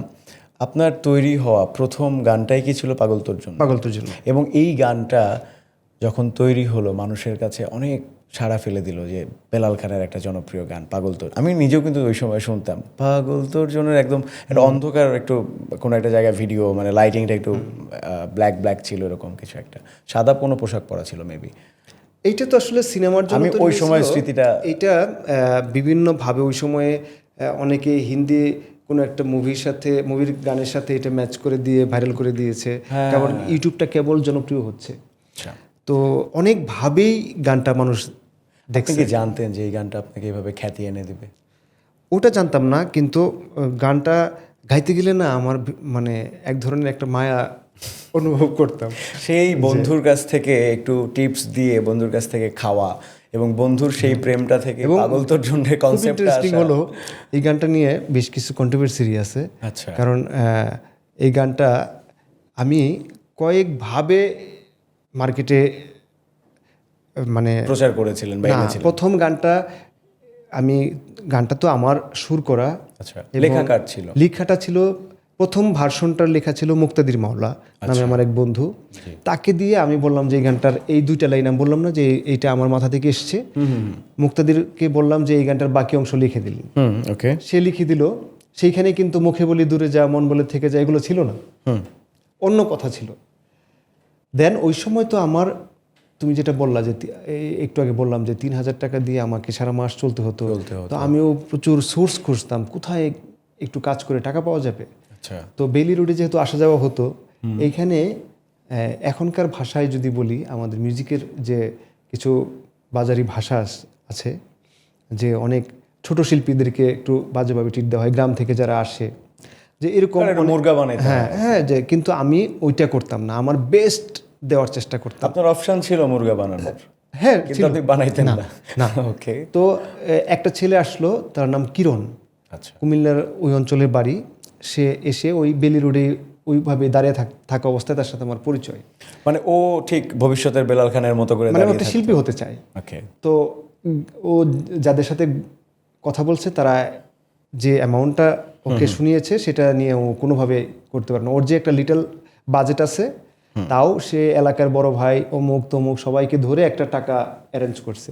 ওই টাকার মধ্যে সে 10টা গান হয়ে একটা অ্যালবাম বাজার আসবে, এটা তার ড্রিম। তো আমার সাথে পরিচয় হওয়ার পর আমাকে বলল যে এর ভিতর দিয়ে আমি যে টুকটাক সুর করি, আমার সাথে যার সাথে দেখা হয় তাকেই তো আমি বলার চেষ্টা করি। ও আমার উপর বিশ্বাস রাখলো, আপনি আমার অ্যালবামটা করেন, আপনি আমার অ্যালবামের মিউজিক ডিরেক্টর হন। ওকে।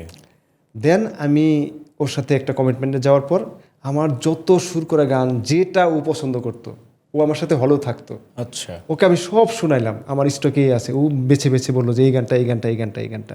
এইভাবে আমরা 8টা-10টা গান কমপ্লিট করার পর ওর অ্যালবামটা বাজারে ছাড়লাম। বিউটি কর্নার থেকে ছাড়ার পর আসলে ওই সময় অ্যালবামটা নিচের দিকে যাচ্ছে, অ্যালবাম সংস্কৃতি বিলুপ্তির পথে। ওই সময়টাতে আনফরচুনেট ওর অ্যালবামটা বাজারে ছাড়ার পর 1টা বছর আমরা ওয়েট করলাম, কোনোভাবেই কোনো রেজাল্ট আসলো না। আচ্ছা। খুব কষ্ট পাইলাম। আর আমারও তো প্রথম এই গানগুলো নিয়ে। সেই 1টা বছর ওয়েট করার পর না, তো কিরণের সাথে আমার প্রতিদিনই কথাবার্তা হতো। ও টুকটাক শো করে গ্রামে, বলে ভাই অমুক গ্রামে এই গানটা গাইলাম, সেলার পরিচিত জনরা ভালোই বলে, কিন্তু অ্যালবামটা কেউ কিনে নাই, তারপরে কিনছে না। পরে আমরা বাজার অ্যানালাইজ করে দেখলাম যে আসলে অ্যালবাম সংস্কৃতিটাই শেষের দিকে। সিডি প্লেয়ার শেষ হয়ে যাচ্ছে, দোকান সিডি শপ নাই হয়ে যাচ্ছে। তো 1 বছর পরে আমি আবার এই সব থেকে ওই সময় একই সময়ে এই কিরণের অ্যালবামটার পরপরই আমি মহসিন খানের কথা বললাম প্রথমের দিক দিয়ে। মহসিন ভাইয়ের কয়েকটা গান করলাম এবং বেবি নাজনীনের কিছু গান করলাম এবং মনির খানের আস্তে আস্তে আমার সুরকার হিসেবে। হ্যাঁ, ওকে। অ্যাজ এ কম্পোজার হিসেবে এই কয়েকটা কাজ করার পর। আর গায়ক হিসেবে আমি শুরু করিনি তখনও শুরু না, করেনি? মানে পাগল তোর জন্য তখন আসেইনি? না। ওকে। পাগল তোর জন্য ওই গানটা ওই মুক্তাদির মাওলার লেখা ভার্সন আমি এসসি কিরণের অ্যালবামে সংযুক্তি করলাম। এসে কিরণ গেয়েছেও, ওকে। কিন্তু কিছু লিরিক্স অন্যরকম ছিল। আচ্ছা। এরপরে এই কাছাকাছি সময়ে মনির খানের গান করলাম, বেবি আপার গান করলাম, মহসিন খানের গান করলাম। এগুলো করলে কিছু টাকা পাইতাম, ওটা দিয়ে আমার বন্ধু বান্ধব নিয়ে তেহারি খাওয়াটা ভালো হতো একদম। তারপরে কিছু ট্রাভেল ছিল বন্ধু বান্ধব নিয়ে। আচ্ছা। ওগুলোর টাকা অ্যারেঞ্জ করার জন্য যায়, কারণ আমার ডে 1 থেকেই টার্গেট আমি টিউশনি করবো না। আমার অনেক ফ্রেন্ডরা টিউশনি করে, আমার টিউশনি করাটা খুব ভেতর থেকে আসতো না। তো এগুলো করতে করতেই আবার পড়াশোনায় মন দিলাম, অনার্স শেষ হয়ে গেল। এর ভিতর দিয়ে পরিচয় হলো এই মঈন বিশ্বাস নামে এক ভদ্রলোক, ফিল্ম ডিরেক্টর। আমার ধারণা উনি ওই সময়েও বি কিংবা সি গ্রেডের ডিরেক্টর। আচ্ছা। তো আমার জন্য ওইটা ব্লেসিং যে আমাকে তো কেউ কোনো পাত্তাই দিচ্ছে না, কেউ কোনো সুযোগ দিচ্ছে না, এইটুকুই আমি দেখি কী করা যায়। ওনার সাথে টিএসসিতে পরিচয় হওয়ার পর উনি বললো যে আমি একটা সিনেমা বানাবো, সেখানে আমার একটা রোমান্টিক গান লাগবে। ওকে। ওনাকে আমি সব খুলে বললাম যে এরকম আমার একটা খুব ড্রিম একটা প্রজেক্ট ছিল, এই গানটা আমি একটা ছেলের জন্য এরকম এরকম তার অ্যালবামে দিয়েছি, 1 বছর আগে রিলিজ হয়েছে কিন্তু রেজাল্ট আসতেছে না। তো উনি আমারে বললো যে লিরিক্সটা ভালো লাগে নাই, শুধু মুখটা একটা লাইন ভালো লাগছে, লিরিক্সটা আপনি নতুন করে লেখান। আচ্ছা, ওই সময় পরিচয় হলো জুলফিকার রাসেলের সাথে। রাসেলের সাথে পরিচয় হওয়াটাও ইন্টারেস্টিং। তখন একটা পর্যায়ে যে বেলি রোডের গান বাজনা এগুলো করে আমার ভালো লাগতো না, এত সময় দিতে হয়তো, টাকা নাই। তখন চিন্তা করলাম বাজারে মার্কেটে নতুন পত্রিকা আসলো, 2 টাকার পত্রিকা, দৈনিক 2 টাকার একটা ট্যাবলেট পত্রিকা আসলো। তো ওইটাতে লেখালেখি করা শুরু করলাম, এটা সেটা অ্যাসাইনমেন্ট দিত, লেখালেখি করতাম, সারা মাসে 20টা লেখা লিখলে এই পরিচয় কিন্তু আমি হ্যাঁ টুকটাক লেখালেখি করলে, অথবা ক্যাম্পাস কেন্দ্রিক কোনো একটা আড্ডার লেখা, বিভিন্ন শীতের সময় কি ফ্যাশন চলে ক্যাম্পাসে, এগুলো মানে বিভিন্ন লেখা হলেই হইলো, যে কোনো টপিক তো আমি তৈরি করতাম, কারণ একটা লেখা লিখলেই টাকা পেতাম। আচ্ছা, মানে টাকার জন্যই হ্যাঁ, এরকম সারা মাস 30টা লেখা মিনিমাম আমার লাগতো, তাহলে আমি একসাথে 1,500-2 হাজার টাকা পেতাম।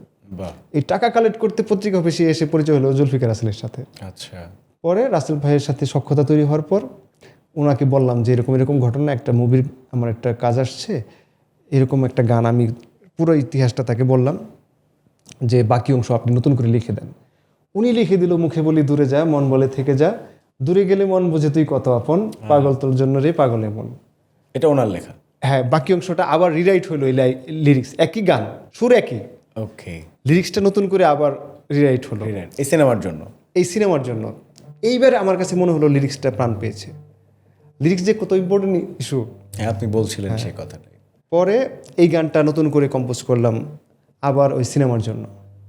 সিনেমার গানটা ফাইনালি, সিনেমার আরও কিছু গান আমি কম্পোজ করেছিলাম, একটা গান মিলা গিয়েছিল, তারপরে আরেকটা ডুয়েট গান ছিল, এরকম কয়েকটা গান ছিল। সেটা ওই সিনেমার জন্য? ওই সিনেমার জন্য। সিনেমার নাম ছিল প্রেমের জন্য পৃথিবী। ওই প্রেমের জন্য পৃথিবী হিসেবেই গানটার অডিও লঞ্চ হলো। ওকে, অডিও লঞ্চ হওয়ার পর অডিও লঞ্চ হলো সিডি আকারে, সিডি এবং ক্যাসেট 2 ফরম্যাটেই। ওখানে 1 নম্বর গান ছিল পাগল তোর জন্য রে পাগল এমন। সেটা আপনার গাওয়া ছিল? আমার গাওয়া। এই প্রথম বেলাল খান গাইলো। এতদিন তো অন্যজনের জন্য সুর করতো, কম্পোজিশন করে সবাইকে গাওয়াইতো, প্রথম গাইলো বেলাল খান। পারিশ্রমিক কত ছিল ভাই প্রথম গানে? প্রথম গাওয়াটা আসলে এইটা আসলে আমার জন্য কিছুটা আদায় করে নেওয়া, আচ্ছা, আর কিছুটা আমার লাক ফেভার করছিল, কিন্তু আমার গাওয়ার কথা ছিল না পাগল তোর জন্য গানটা।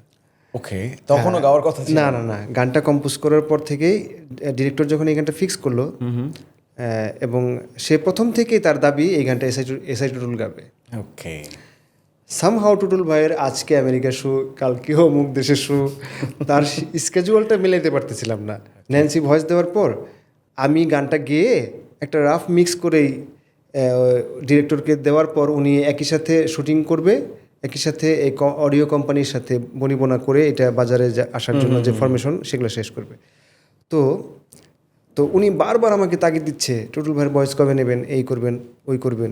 আমাকে টোটাল 60,000 টাকা একটা সবার জন্য বাজেট দেওয়া হয়েছে এখানে। মানে আপনি টোটাল গানটা অ্যারেঞ্জ করবেন, সব করবেন, ন্যান্সির ভয়েস, লিরিসিস্ট পেমেন্ট, এবং সেটা টুটুল ভাই সহ?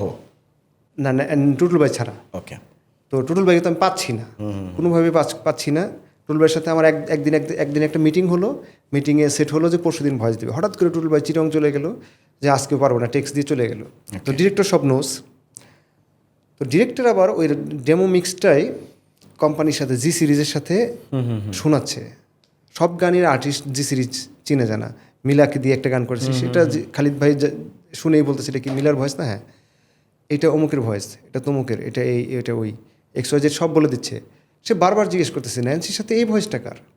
আচ্ছা, এটা তো ডিফারেন্ট লাগতেছে, এই ভয়েসটা কার? ওই সময় ডিরেক্টর টেকনিক্যালি একটু পার্ট নিতে গিয়ে এটা ইন্ডিয়া থেকে একজনকে দিয়ে গাওয়াইছি। সে আর নাম বলে না, সে কোনো কিছুতেই নাম রিভিল করে না। নাম রিভিল করলে যদি দাম কম পাই, অথবা যদি মানে সে চাচ্ছে যে, উনি বোঝেনি যে না না না, সে পজিটিভলি বলছেন। সে তার টার্গেট ছিল যে ইন্ডিয়ার কথা বলে বেশি টাকা বিক্রি করবে। কিন্তু খালেদ ভাই তো পজিটিভলি বলছে। হ্যাঁ, খালেদ ভাই বারবার বলতেছে যে ইন্ডিয়া থেকে গাওয়াইছেন, অসুবিধা নেই, শিল্পীর নাম কি? শিল্পীর নাম পরে বলবো, আগে ফাইনাল করুন। ওকে, তো 2-3 দফায় খালিদ ভাইয়ের সাথে তার মিটিং হয়েছে, সেগুলোতে আমাকে অ্যাটেন্ডও করায় না। আচ্ছা, খালিদ ভাই নাকি বারবার, পরে আমি জানতে পারলাম, খালিদ ভাই বারবার বলতেছিল যে এই গানটা যে গেয়েছে সে যদি দেশের হয় তাকে আমার কাছে নিয়ে আসেন। বোন বিশেষ আমাকে নিয়ে আর নিয়ে যায় না। আচ্ছা, সব শেষ হওয়ার পর যখন ডিজাইন হয়েছে, অ্যালবাম প্রিন্টে চলে যাবে, সিডি এবং ক্যাসেট 2 ফরম্যাটে ডিজাইন হয়েছে, প্রিন্টে চলে যাবে, তখন আমাকে একদিন নিয়ে যাচ্ছে। ওকে। আর হঠাৎ করে বলে থাক, একদিন বলতেছে থাক এসআই টুলের দ্বারা গাওয়াইতে হবে না, আপনি এটা মাস্টার করে ফেলেন, আপনার ভয়েসটাই আমি অনেক চেষ্টা করে অনেক। আপনাকে উনি জানান নাই যে আপনার ভয়েসটাই ওকে করেছে কোম্পানি, এটা জানায়নি আর?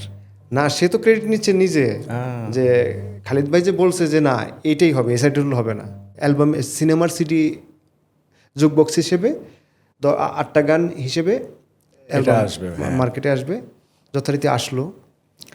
আসার পর ওখানে একটা এই গানটার মিউজিক অ্যারেঞ্জমেন্ট করছিল মুশফিক লিটু ভাই। আচ্ছা, লিটু ভাইয়ের ব্যক্তিগত একটু প্রবলেমের কারণে উনি ইন্ডিয়া থাকার কারণে আমাকে প্রজেক্টটা দিয়ে গেছিলো যে আপনি কাউকে দিয়ে মিক্স করিয়ে নিয়েন।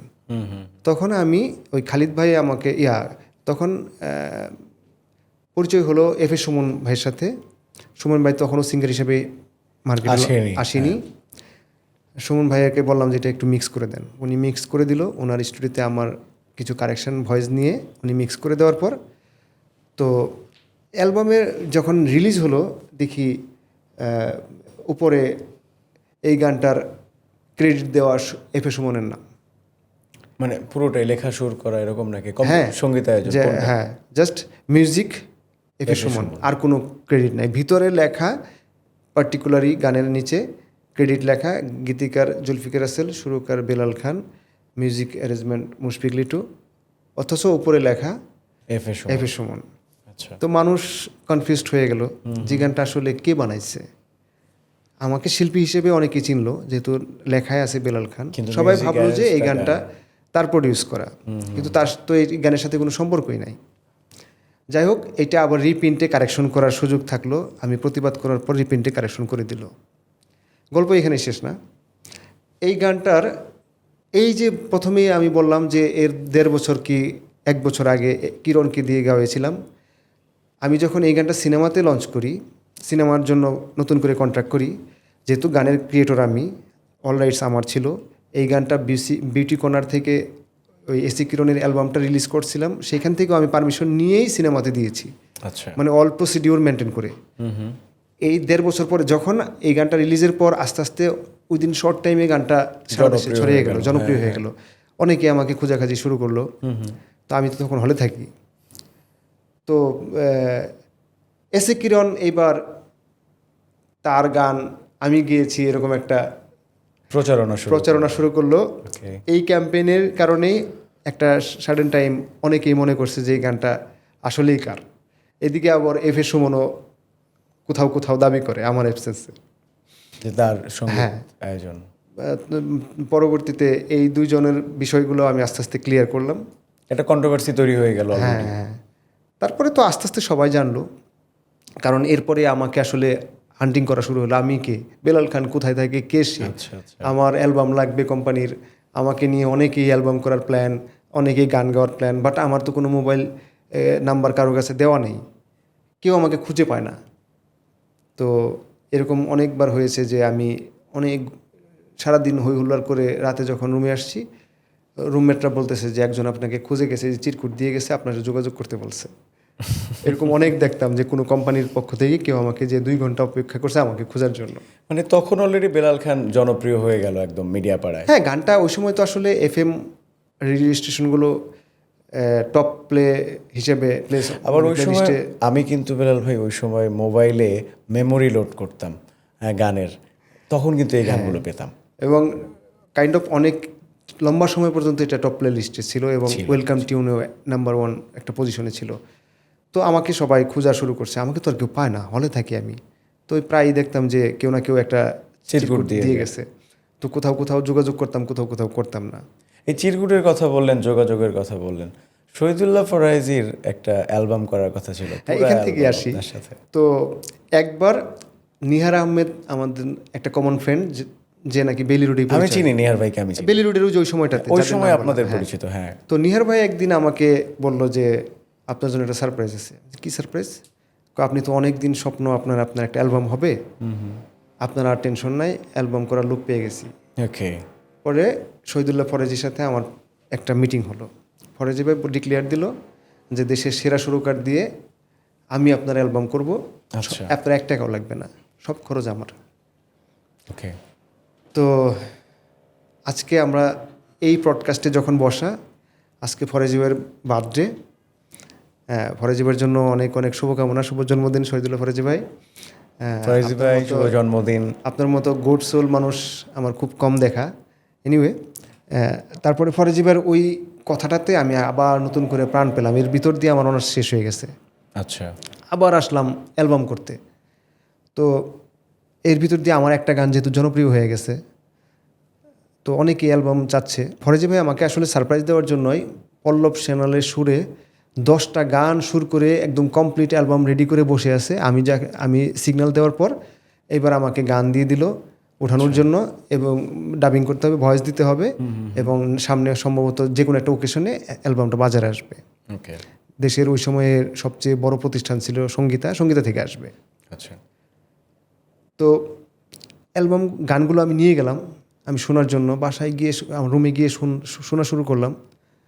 শুনে না আমার মনটা একটু মানে কেমন যেন হয়ে গেল, একটু আহত হইলাম যে আসলে আমি ক্যাম্পাসে যাদের সাথে চলি, আমার যে ফ্রেন্ড সার্কেল, তাদের যে চাওয়া পাওয়া, তারা যে ধরনের গান পছন্দ করে, কিংবা আমারও তো অ্যাজ এ সিঙ্গার হিসেবে কোন ধরনের গান গাওয়া উচিত। এতদিনে তো আমি তো অনেক চড়াই উতরাই পেরিয়ে একটা স্টেজে চলে এসেছি। বা আপনার সুর করা গান অনেক শিল্পীরাই তখন গেয়েছে। তো আর ইনফ্যাক্ট আমিও তো ক্যাম্পাসে 4 বছর থাকার পর আমার একটা এমন ধরনের একটা মানে ক্রিটিক মাইন্ড তৈরি হয়েছে যে চাইলেই আমাকে দিয়ে যে কেউ যে কোনো কোনো জিনিস গান গাওয়াইতে পারবে না। হ্যাঁ। কারণ আমার একটা নিজস্ব একটা চিন্তা ভাবনার জগৎ তৈরি হয়েছে। তো ওই গানগুলো না আমার ওই জগতের সাথে দেখলাম যে একদম বিপরীত অন্যরকম। হ্যাঁ। ওগুলো খুবই ট্রেডিশনাল, খুবই বাজারি কথাবার্তা, সুর। তো কিছু লিরিক্স খুবই সুন্দর ছিল, কিন্তু সুরগুলো খুবই বাজারি। ওকে। হয়তোবা ওনারা ওই সময়কার মার্কেটটা মাথায় রেখেই অ্যালবামটা সাজানোর চেষ্টা করছে। তাদের উপরে আমার রেসপেক্ট আছে এখনও, কারণ তাদের হাত ধরে বাংলাদেশ অনেক সুন্দর সুন্দর গান পেয়েছে, অনেক বিখ্যাত গান তাদের তৈরি হওয়া। তো বাজারটা আসলে বাজার যে একটা চেঞ্জ হচ্ছে, একটা ট্রানজ্যাকশনাল পিরিয়ড চলতেছিল, যে সিডির সব শেষ, একটা ডিজিটাল ভাইব ক্রিয়েট হচ্ছে। এর ভিতর দিয়েও হাবিব ভাইয়ের গান কৃষ্ণ চলতেছে, কিংবা ফুয়াদ ভাইয়ের গান চলতেছে, অর্ণবের গান ওই চলছে, সময় একটা নতুন ট্রান্সফরমেশন হ্যাঁ তৈরি হয়ে বালাম ভাইয়ের গান চলছে, হৃদয় খান মার্কেটে আসছে, একের পর এক নতুনদের একটা জয় জয়কার অবস্থা। তো আমারও একটা গান যেহেতু মানুষ নিয়ে নিছে, তো আমি অ্যালবামটা না, এরপর আমি আর কারো ফোন ধরি না। আমি লজ্জায় বলতেও পারি না ফরাজি ভাইকে যে চিরচেনা রূপে আবার বেলাল যে এরকম একটা অপরচুনিটি আমি এইভাবে মানে দূরে সরিয়ে দিই। দূরে সরে দিচ্ছি। আমি লজ্জায় ফরাজি ভাইকে এতটা অনার করি, ওনাকে আমি কেমনে বলবো যে এই গানগুলো আমার পছন্দ হয় না। আমি যেটা করলাম, মোবাইলে একদম বন্ধ করে দিলাম, আমাকে আর কেউ খুঁজে পায় না। তারপর অনেকভাবে ক্যাম্পাস থেকে আমাকে খুঁজে এমন হয়েছে যে একজনকে দায়িত্ব দেওয়া হয়েছে, সে আমাকে পেয়ে গেছে। এবার আমাকে বলতেছে যে আপনার এই গানগুলো গাওয়ার জন্য সবাই বসে রয়েছে, আপনি চলেন। তো আমি অনেক মানে ছল ছাতুরি আশ্রয় নিয়ে ছুতো মতো দিয়ে যে এই গান মানে শেষ পর্যন্ত আর সেটা হয়নি, এই ছিল কারণ। এইটাই কারণ ছিল। মানে আসলে আমার দর্শনের সাথে, আমার পার্সোনাল ইথিক্সের সাথে আমি আসলে রিলেট করতে পারছিলাম না। বুঝতে পেরেছি। তো এই কারণে ফরাজি ভাইকে অফিসিয়ালি আমার কখনো সরি বলা হয় নাই। আজকে বলে দেন। আজকে আসলেই ফরাজি ভাই সরি বলছি যে আসলে আমি আসলে অ্যালবামটা, আমার পার্সোনাল সোলো অ্যালবামটা আমি ওইভাবে চাইনি। ইনফ্যাক্ট আমার পরবর্তীতে যখন ফার্স্ট সোলো অ্যালবাম, সেখানে আমি টার্গেটই নিয়েছিলাম ফরাজি ভাইয়ের লেখা গান থাকবে, এবং সেটা ছিল। বাহ। তো এই যে আপনি টার্গেটের কথা বললেন বেলাল ভাই, বা আপনি বললেন যে আপনার ফিলোসফির জায়গা থেকে গান, সেগুলো পছন্দ হয়নি জন্য আপনি গাননি। কিন্তু এমন গানও তো আছে যে আপনি পছন্দ করেছেন, সেগুলো গেয়েছেন, কিন্তু বাজারে মানুষ শুনেছে বা শোনেনি, এরকম কি কিছু আছে? যে এরকম দু একটা মুভির গান আছে যে আমি ভয়েস দিয়েছি, পরে দেখি যে সেটা আমার কণ্ঠে না, অন্য কোনো কণ্ঠে সিনেমায় অ্যাপিয়ার হচ্ছে, যে এটা একদমই ডিফারেন্ট আরেকটা মানে কি বলে আরেকটা। বাট আমি এটা জানতে চাইনি, কিন্তু এটা জেনে ভীষণ ভালো লাগলো যে এমনটাও ঘটেছে। এটা দোষের কিছু না। আচ্ছা। কারণ ইন্ডিয়াতে এরকম ঘটনা অহরহ হচ্ছে, এবং এটা খুব ইউজ টু। সিনেমার প্রডিউসার যে কেউ এক গান 4 জনকে দিয়ে ডাবিং করাইতেই পারে, স্ক্রিনে যার সাথে যাবে তার ভয়েসটা সে পিক করবে, এটা খুব স্বাভাবিক, এটাকে আমি খুব পজিটিভলি নিয়েছি। কিন্তু আমি যেটা জানতে চেয়েছিলাম যে বেলাল খান ভেবেছে, চিন্তা করেছে একটা গান ভীষণ তার পছন্দ, এই গানটা বাজারে আসলে মানুষজন খুব ভালোভাবে পছন্দ করবে, বা এখনকার সময়ের যদি শব্দ ব্যবহার করি ভাইরাল হবে, মানুষ জনপ্রিয় হবে, কিন্তু হয়নি। এরকম গান কি আছে কোনোটা? এরকম নিজের সৃষ্টি করা গানই আছে। আমার অনেক উচ্চাশা ছিল যে এই গানটা নিয়ে, এই গানটা মানুষ কিন্তু সামহাও ওয়ার্ক করেনি। এটা হতেই পারে। আবার কোনো গান কি আছে এরকম যে আপনি চাননি, যে বা আপনি ভাবেনও নি যে এই গানটা জনপ্রিয় হবে? ওভারনাইট গান আছে এরকম একটা, কিরকম? যেমন সিডি চয়েসের ওই সময় একটা মিক্সড অ্যালবাম করবে, যে সব গান আমাকে বলতেছে যে তুমি একটা গানের টাইটেল দাও, ওকে, আমি সিডি প্রিন্ট করতে দিয়ে দিই, গান তুমি পরে বানাও, আমি সিডি প্রিন্ট করতে সময় লাগবে, আমার সিডি প্রিন্ট হয়ে আসুক, আগে সিডি প্রিন্ট হবে তারপর গান রেডি হবে। বাহ, তুমি আমাকে একটা টাইটেল দাও, খালি ওখানে বসাবো টাইটেল, এটা শিল্পী বেলাল খান, এবং কারে দিয়ে লেখাবা তার নামটা দাও, ওকে, বাকি আমি পরে করতেছি, তুমি গান পরে করো। আচ্ছা, তো সিডি প্রিন্টে দিয়ে দিছে, সরি কি বলে কভার প্রিন্ট হয়ে আসছে, এবার সিডিতে তো গান লাগবে। আমার বলেছে কালকে সিডি প্রিন্ট করবো, সিডি তুমি কালকে আমার মাস্টার দিতেই হবে। টেনশনে পড়ে গেলাম, আপনার রেডি নাই গান তো? না না না না না। ওকে, তো আমি গুনগুন করতে করতে স্টুডিও পর্যন্ত গেলাম, লিটু ভাই ফোন দিলাম যে ইমার্জেন্সি একটা গান বানাইতে হবে, কয় লিরিক্স সব রেডি আছে? আমি কিচ্ছু রেডি নেই, আপনি আসতে থাকেন, আমি আসতে থাকি, দেখি কি হয়। ওকে, যাইতে যেতে স্টুডিও পর্যন্ত যেতে যেতে একটা ধুন মাথায় চলে আসলো,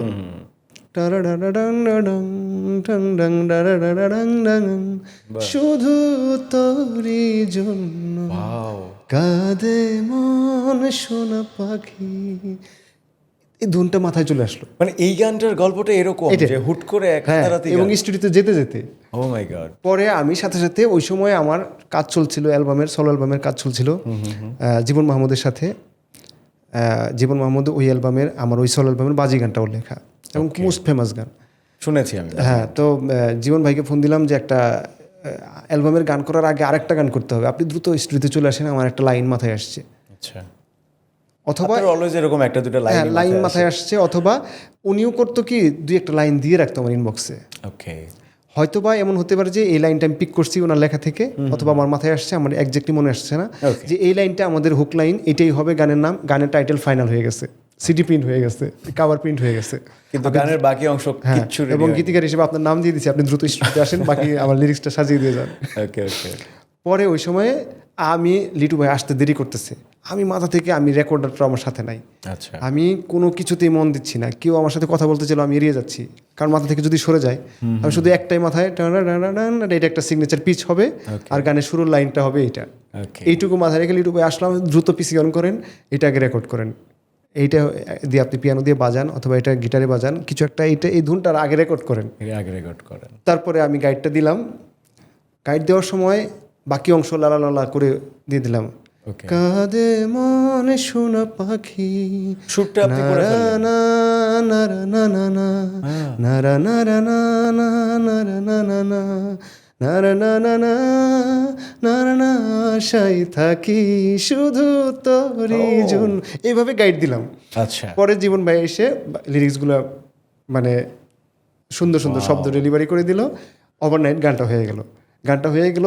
এবং যেদিন গানটা পরের দিন মাস্টার দিলাম, তারপরের দিন সিডি প্রিন্ট হয়ে বাজারে আসলো, এবং সব জায়গায় ওই সময় আমার ফার্স্ট ইউএস ট্যুর, আচ্ছা, 14 ঘটনা বলতেছি, 2014-তে আমি এই অ্যালবামটা গানটা মাস্টার দিয়ে, আমি আর কিছু জানি না, একটা কপি আমার হাতে নাই, আমি চলে গেছি আমেরিকাতে। আমেরিকাতে গিয়ে আমার সেকেন্ড শোটাতে নিউ ইয়র্কের ভিতরেই, ওই শোতে উঠছি, উঠে গান করতেছি, আমি আমার গান করতেছি, ফার্স্ট অ্যালবামের গান করতেছি, পাগল তোর জন্য করতেছি, কিছু কাভার গান করতেছি, হঠাৎ করে কয়েকজন দাঁড়িয়ে বলতেছে সোনা পাখি সোনা পাখি সোনা পাখি, আমি না থক হয়ে গেলাম যে এই গান এখানে আসলো কেমনে, এই গানের কথা তারা জানলো কেমনে। আপনি জানেনই না যে দেশে এই গানটা কিরকম। একদমই ওভারনাইট গানটা রিলিজ করে দিয়ে একদিন পরে আমি আমেরিকা চলে যাচ্ছি, তো 3 দিনের মাথায় গানটা ছড়িয়ে গেছে, এটা আমি জানিও না। তারপর অনেকগুলো শোতে আমি ওইখানে মিউজিশিয়ানদের সাথে গানটা তুললাম, এবং সব শোতে গানটা গাইলাম, দেখলাম সবাই গাচ্ছে সাথে। তো যেটা বললা যে কখনো কখনো হয়ে যায় এরকম, হয়ে যায়, আসলেই হয়ে যায়।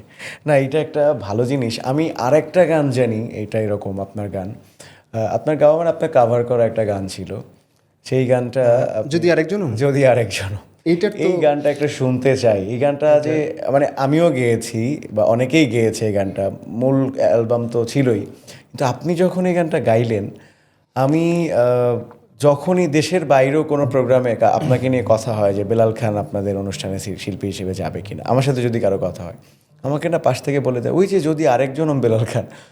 আমি ভাবি যে বেলাল খানের এত এত নিজের গান, কিন্তু এই গানটা দিয়ে নতুন করে আমার বেলাল খানকে মানুষজন চিনল। না, এটা সত্য। লাস্ট 2 ইয়ার্স মানে যেভাবে আমি আমি অন্য গানকে ইনফ্লুয়েন্স করতে চাই, ঘুরে ফিরে ওগুলাকে ওভারল্যাপ করে এটাই কেন যেন সামনে নিয়ে আসে সবাই, এবং সবাই বলে যে ওই গানটা গান। এবং আপনি কিন্তু লোকগানের মানুষ নয়, বাট তারপরে না হওয়া সত্ত্বেও আপনি আমাদের জনরায় এসে একটা গান গেয়ে দিলেন ভাই। এবং এইটা হলো কি, ওই যে শুনি না, গল্পটা শুনি না। ছোটবেলায় যে আমি আমার মামাকে ফলো করতাম, এবং আমি তো আসলে ওই লোকসঙ্গীত পল্লীগীতি ওগুলো একদম খুঁটিয়ে খুঁটিয়ে দেখতাম, এরপরে শিল্পীকে, গীতিকারকে, সুরকারকে কী ঢঙে গাইছে। তো আমিও যদিও বেসিক্যালি আমার ভয়েস ক্যারেক্টারটা একদম পিওর ফোক না, কিন্তু ওই গ্রামগঞ্জের ওই অভিজ্ঞতাগুলো আমার ভেতরে থাকার কারণে, দুটের মিশেল হওয়ার কারণে হয়তো বা একটু ডিফারেন্ট লাগছে, আমার কাছে এটাই মনে হয়েছে। ভাই আপনি একজন শিল্পী, আর শিল্পীর কাছে সেটা লোকগান হোক বা আধুনিক নাগরিক সমাজের গান হোক বা কোনো গোষ্ঠীর গান হোক, এক্স্যাক্টলি শিল্পী তো সব গানই গাইবে। এই গানটার আমার গাওয়ার ঘটনাটা খুবই মানে আমার কাছে এখনো অবিশ্বাস্য লাগে যে আমি জানি যদিও গল্পটা, কিন্তু আমি চাই যে হ্যাঁ, তুমি আমার তো জানো, দর্শকরাও জানুক। আমি দর্শকদের উদ্দেশ্যে ছোট করে বলি, অনেকবার অনেকবার শুনেছি আপনার বলেছি মুখ থেকেই। যে শাহরুখ স্টুডিওতে যাওয়ার পর কাজের ফাঁকে শাহরুখকে বললাম যে শাহরুখ একটা কর ধরো না, এমানোর এটা একটু ধরো না, আমি একটা গান কাভার করার ইচ্ছা। আমার এক বন্ধু আমার জ্বালায় মারতেছে, এক সিনিয়র ফ্রেন্ড শাহিন ভাই, উনি প্রায়ই বলতো যে এই গানটা তুমি গাইলে খুব ভালো লাগবে, তুমি গেয়ে দেখো একবার, গেয়ে দেখো। তখন পর্যন্ত লিটারেলি আমি এই গানটা শুনিও নাই। ওকে, তারপর আমি সার্চ দিয়ে গানটা শুনলাম, অনেকগুলো ভার্সন শুনলাম, মূল ভার্সনটা শুনলাম, দেখলাম যে একটু খেমটা টাইপের একটু একটা কাভার শুনলাম, উনি আবার একটু বয়াতি ঢঙে গাইছে। আচ্ছা, তো আমি ওই দিন শাহরুখের সাথে ইনস্ট্যান্ট এমনি আমার মতো করে একটা ফরমেশন করে শাহরুখ আমাদের দিন গাইলাম, আমি তুমি একটু পিয়ানো বাজাও, আমি গানটা গাই। ও বলছে কয় ভাই গানটা আপনার গলায় খুব ভালো লাগতেছে, চলেন আমরা গানটা কমপ্লিট করি। 30 মিনিটস কি 40 মিনিটস এর মধ্যে গান পিয়ানো দিয়ে আমি গাইলাম, ও জাস্ট পিয়ানো বাজাইলো, আর কিচ্ছু নাই গানটার মধ্যে। ওকে, যেহেতু বৈতালিক গাইছি, একটা ক্লিকের উপরে একটা টেম্পো সেট করে গেয়ে ওরে বললাম একটু পিয়ানো বাজাই দাও। তারপরে একটা মিক্স করলো, মিক্স করে মনে হচ্ছে কয় রাতে কালকে আরেকটা মিক্স দিচ্ছি আপনারে। আচ্ছা, সকালে আরেকটা মিক্স পাঠাচ্ছি, শোনার পর আমার কাছে খারাপ লাগে নাই। ওকে, তো আমি আমার কাছের মানুষ দুই একজন এরকম একজনকে পাঠাইলাম, এই গানটা গাইছি কেমন লাগছে শোনো তো। কয় সত্যি বলবো? ও আর শুনে আর ফিডব্যাক দেয় না। আমি বলছি কেমন লাগে গিয়ে আমার একটু জানাইবো। ও একদিন পরে আমার ফিডব্যাক দিচ্ছে। ফিডব্যাক দেওয়ার পর আমি বলছি তুমি বললো না গানটা কেমন গাইছি? ওইটাই তো, ওই কারণেই তো ফোনটা দিছি। যতক্ষণ কালকে পাঠানোর পর থেকে এখন পর্যন্ত আমি ওই গানের ভিতরেই আছি, আমি রিপিটলি শুনতেছি। কই তুমি গানটা ছেড়ে দাও।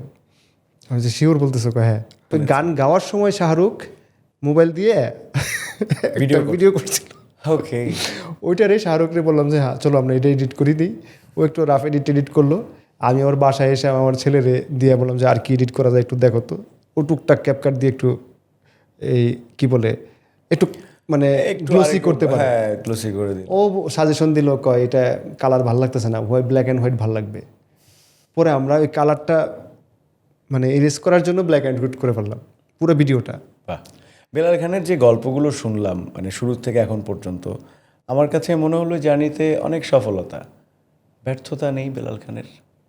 আছে তো। যখন কষ্ট হয়, বিষণ্ণতা, সেগুলোকে আপনি কিভাবে মেনটেন করেন? এখনকার ব্যর্থতা বিষণ্ণতাগুলো একরকম, আর ওই জার্নির সময় শুরুর দিকের যে ব্যর্থতারা সেগুলো খুব কষ্ট দিছে। যেমন ওই সময়কার যখন আমাকে কেউ আসলে সুযোগটা দেয় না, তখন ওই সময়কার বিখ্যাত মিউজিক ডিরেক্টর, নামটা না বলি, ওনার কাছে যাওয়ার পর উনি আমার গান শুনলেন, বলল যে খুবই সুন্দর সফট মেলোডি ভয়েস, তোমার গলাটা তো খুব সুন্দর, আমি অ্যালবাম করলে তোমার 10টা গান দিয়ে অ্যালবাম করব। আমাকে ওই সময় বলতেছে 6 কি 8 লাখ টাকা লাগবে। সেটা বলতে 6 থেকে 8 লাখ টাকা 2001, 2, 3, 4-এর কথা বলতে ওই সময়। ও মাই গড। তো কয় টাকা আছে, ফ্যামিলির টাকা পয়সা আছে, দিতে পারবা? তাহলে আমি তোমার অ্যালবাম করব, মানে সে আমার অ্যালবাম ফিচার করবে। পরে অনেক মানে এই টাকা তো অ্যারেঞ্জ করা আমার পক্ষে সম্ভবই না, যেখানে আমাকে বেঁধে দেওয়া হয়েছে 3,000 টাকায়, মানে সারা মাস চলতে জানতো হবে। না যে গানের গানই তো গাচ্ছি, এটাই তো ফ্যামিলিকে বলতে পারি না। পরে বললাম যে ফ্যামিলিতে কোনো সুযোগ নেই। পরে ফাইনালি তার মানে আমার উদ্দেশ্যে তার বলার লাস্ট যে ওয়ার্ডটা, সেটা আমার এখনও ভাবায়, এবং ওই ভাবনাটাই আমাকে হয়তো বা একটা নতুন একটা ওয়ে তৈরি করে দিয়েছে। সে বলছিল, নাম যেহেতু বেলাল, টাকা পয়সা নাই, বাপ মায়ের নাম রাখছে বেলাল, তুমি এক কাজ করো, গলা আল্লাহ ভালো দিছে, আজান দাও। পরে ওখান থেকে বের হয়ে রমনা পার্কে এসে কিছুক্ষণ কান্নাকাটি করে হলে এসে 3-4 দিন এই মাথা থেকে আমি এই বক্তব্যটা নিতে পারতেছিলাম না। তো আমার ভিতরে একটা মানে একটা নতুন একটা শক্তি তৈরি হলো যে আমাকে দেখাইতেই হবে যে আমি গান মানে গাইতে পারি। ফাইনালি তো এই যে জার্নিটা, সবারই আসলে জার্নি আছে, এক একজনের জার্নি এক এক রকম। ইন্ডাস্ট্রিতে কি রাজনীতি আছে? রাজনীতি আছে, এগুলো সব জায়গায় আছে রাব্বি। তুমি আই থিঙ্ক তুমি তো আমার মতো একজন, তোমারও এই পর্যন্ত আসতে নিশ্চয় সব ঘাট অতিক্রম করে তুমি দেখছো যে কিছু রাজনীতি থাকে। কিন্তু সবচেয়ে বড় রাজনীতি কি জানো? তুমি যখন সফল হবা তখন কোনো রাজনীতি কাজ করবে না। তোমার গান যদি মানুষ নিয়ে নেয়, ওইখানে কোনো ব্যাকরণ চলবে না, কোনো রাজনীতি চলবে না, একদম কোনো গ্রুপিং চলবে না, কিচ্ছু চলবে না। তো আমি এখন আর এই সমস্ত রাজনীতিরে কখনো আমলে নিই না, কারণ আমি দেখছি, প্রত্যেকবার দেখছি যখনই রাজনীতিটা করে তখন যদি তুমি একটা গান হিট দিয়ে দিতে পারো, সকল রাজনীতি আর যারা রাজনীতিটা করে গান হিট করার মানে ক্যাপাসিটি তো তার হাতে থাকে না, এটা তো ইঞ্জিনিয়ার মানুষের কাছে, এটা একটা ব্লেসিং, এটা আসে উপর থেকে। কিন্তু ভাই এখন একটা ক্যাপাসিটি আছে, এই যে ভিউ কেনা যায় এই সময় ইউটিউবে এসে, সেইটা কি কোনোভাবে আমাদের শিল্পীদেরকে প্রভাবিত করে, বা আমরা আমাদের প্রাপ্য সম্মানটা কি পাই ঠিকঠাকভাবে? হয়েছে কি রাব্বি, আমরা আসলে আমরা তো গ্রাম থেকে উঠে আসা। একদম। আমাদের গ্রামে একটা প্রচলিত একটা প্রবাদ আছে যে পাগলের সুখ মনে মনে, কাগজ করে টাকা গুনে। হ্যাঁ হ্যাঁ।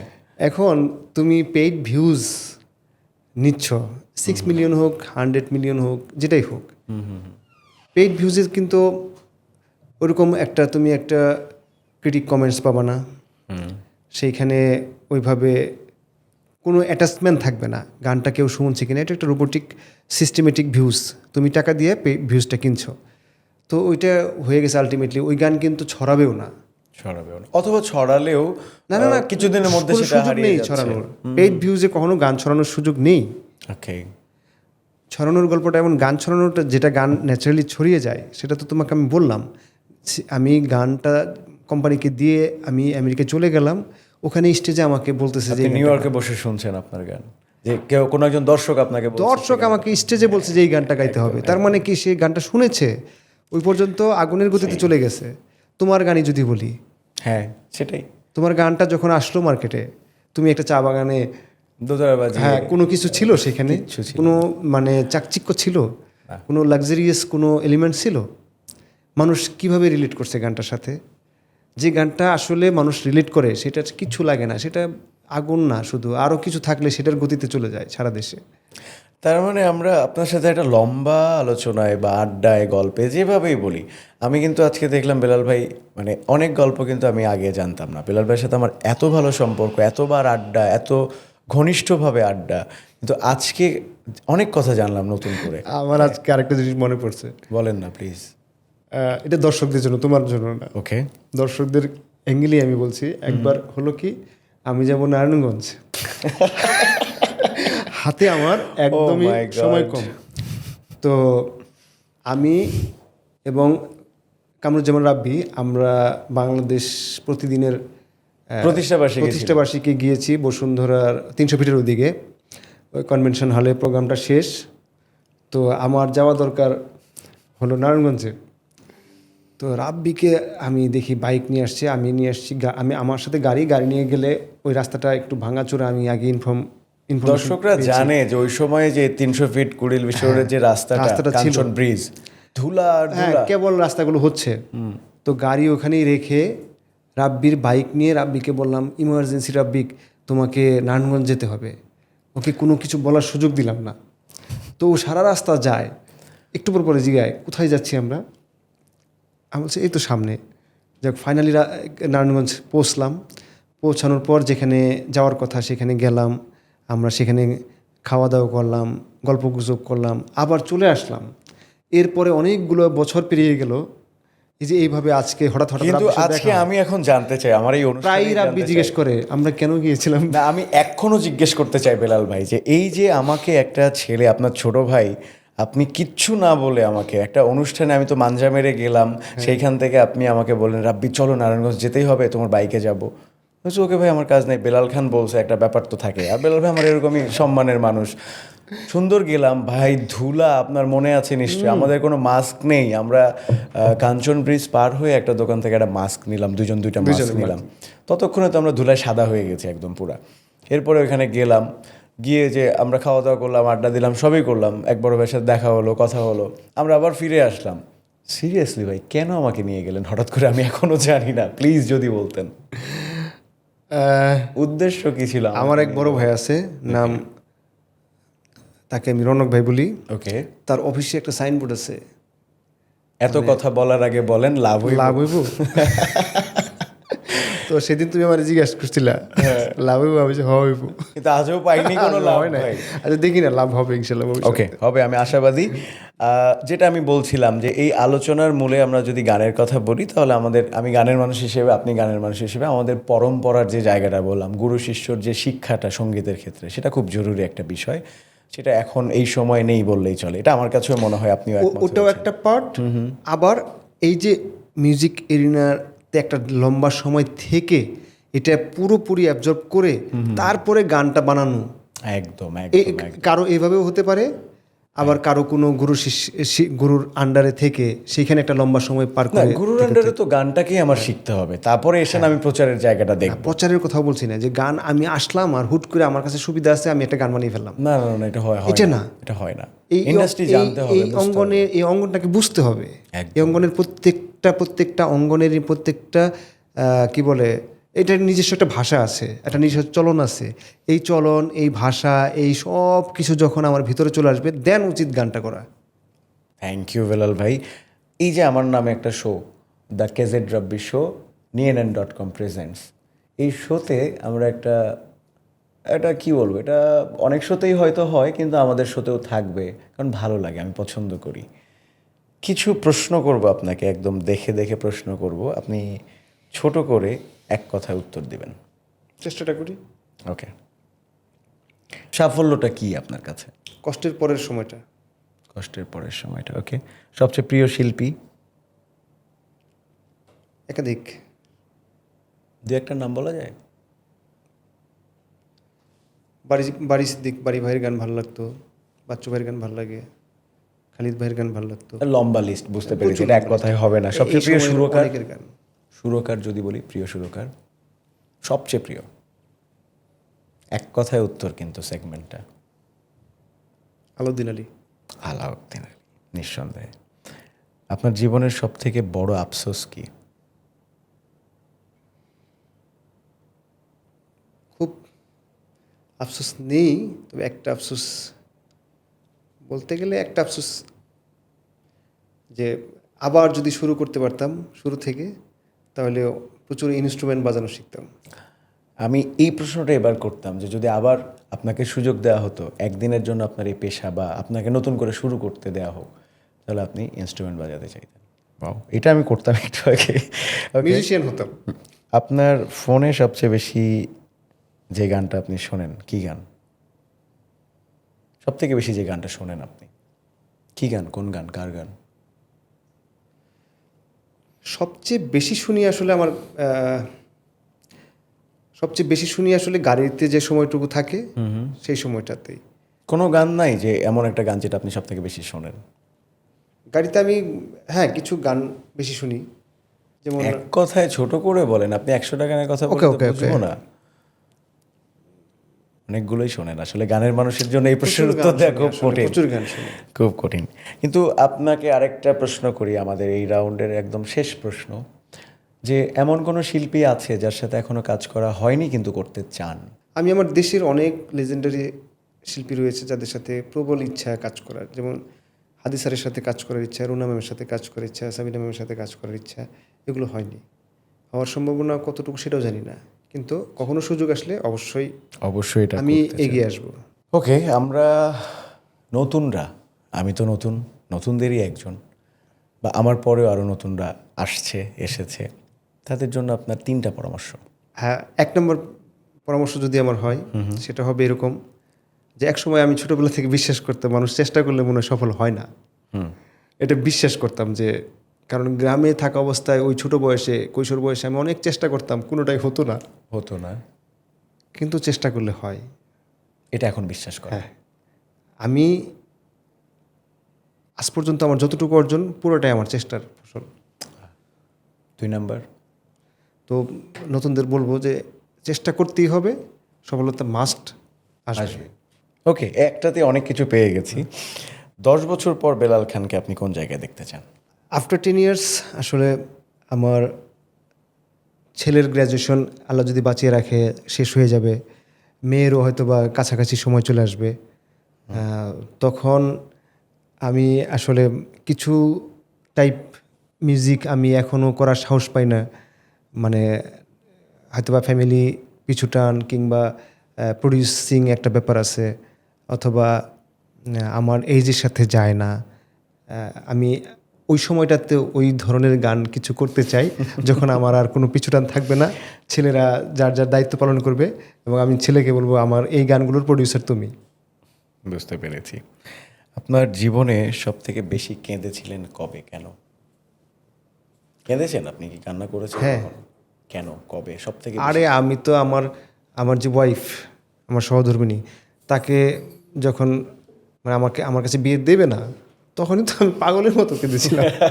প্রথম কৈশোর বয়সে ভয়াবহ বাহ। ভাবে কেঁদেছিলাম।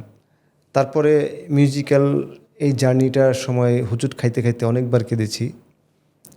তারপরে আসলে আর আমার মনে হয় এরকম কাঁদতে কাঁদতে একটা পর্যায়ে আর কান্না আসে না? কান্না আসে না।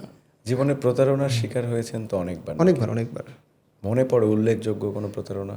সবচেয়ে বেশি প্রতারণার শিকার হয়েছি ঢাকায়।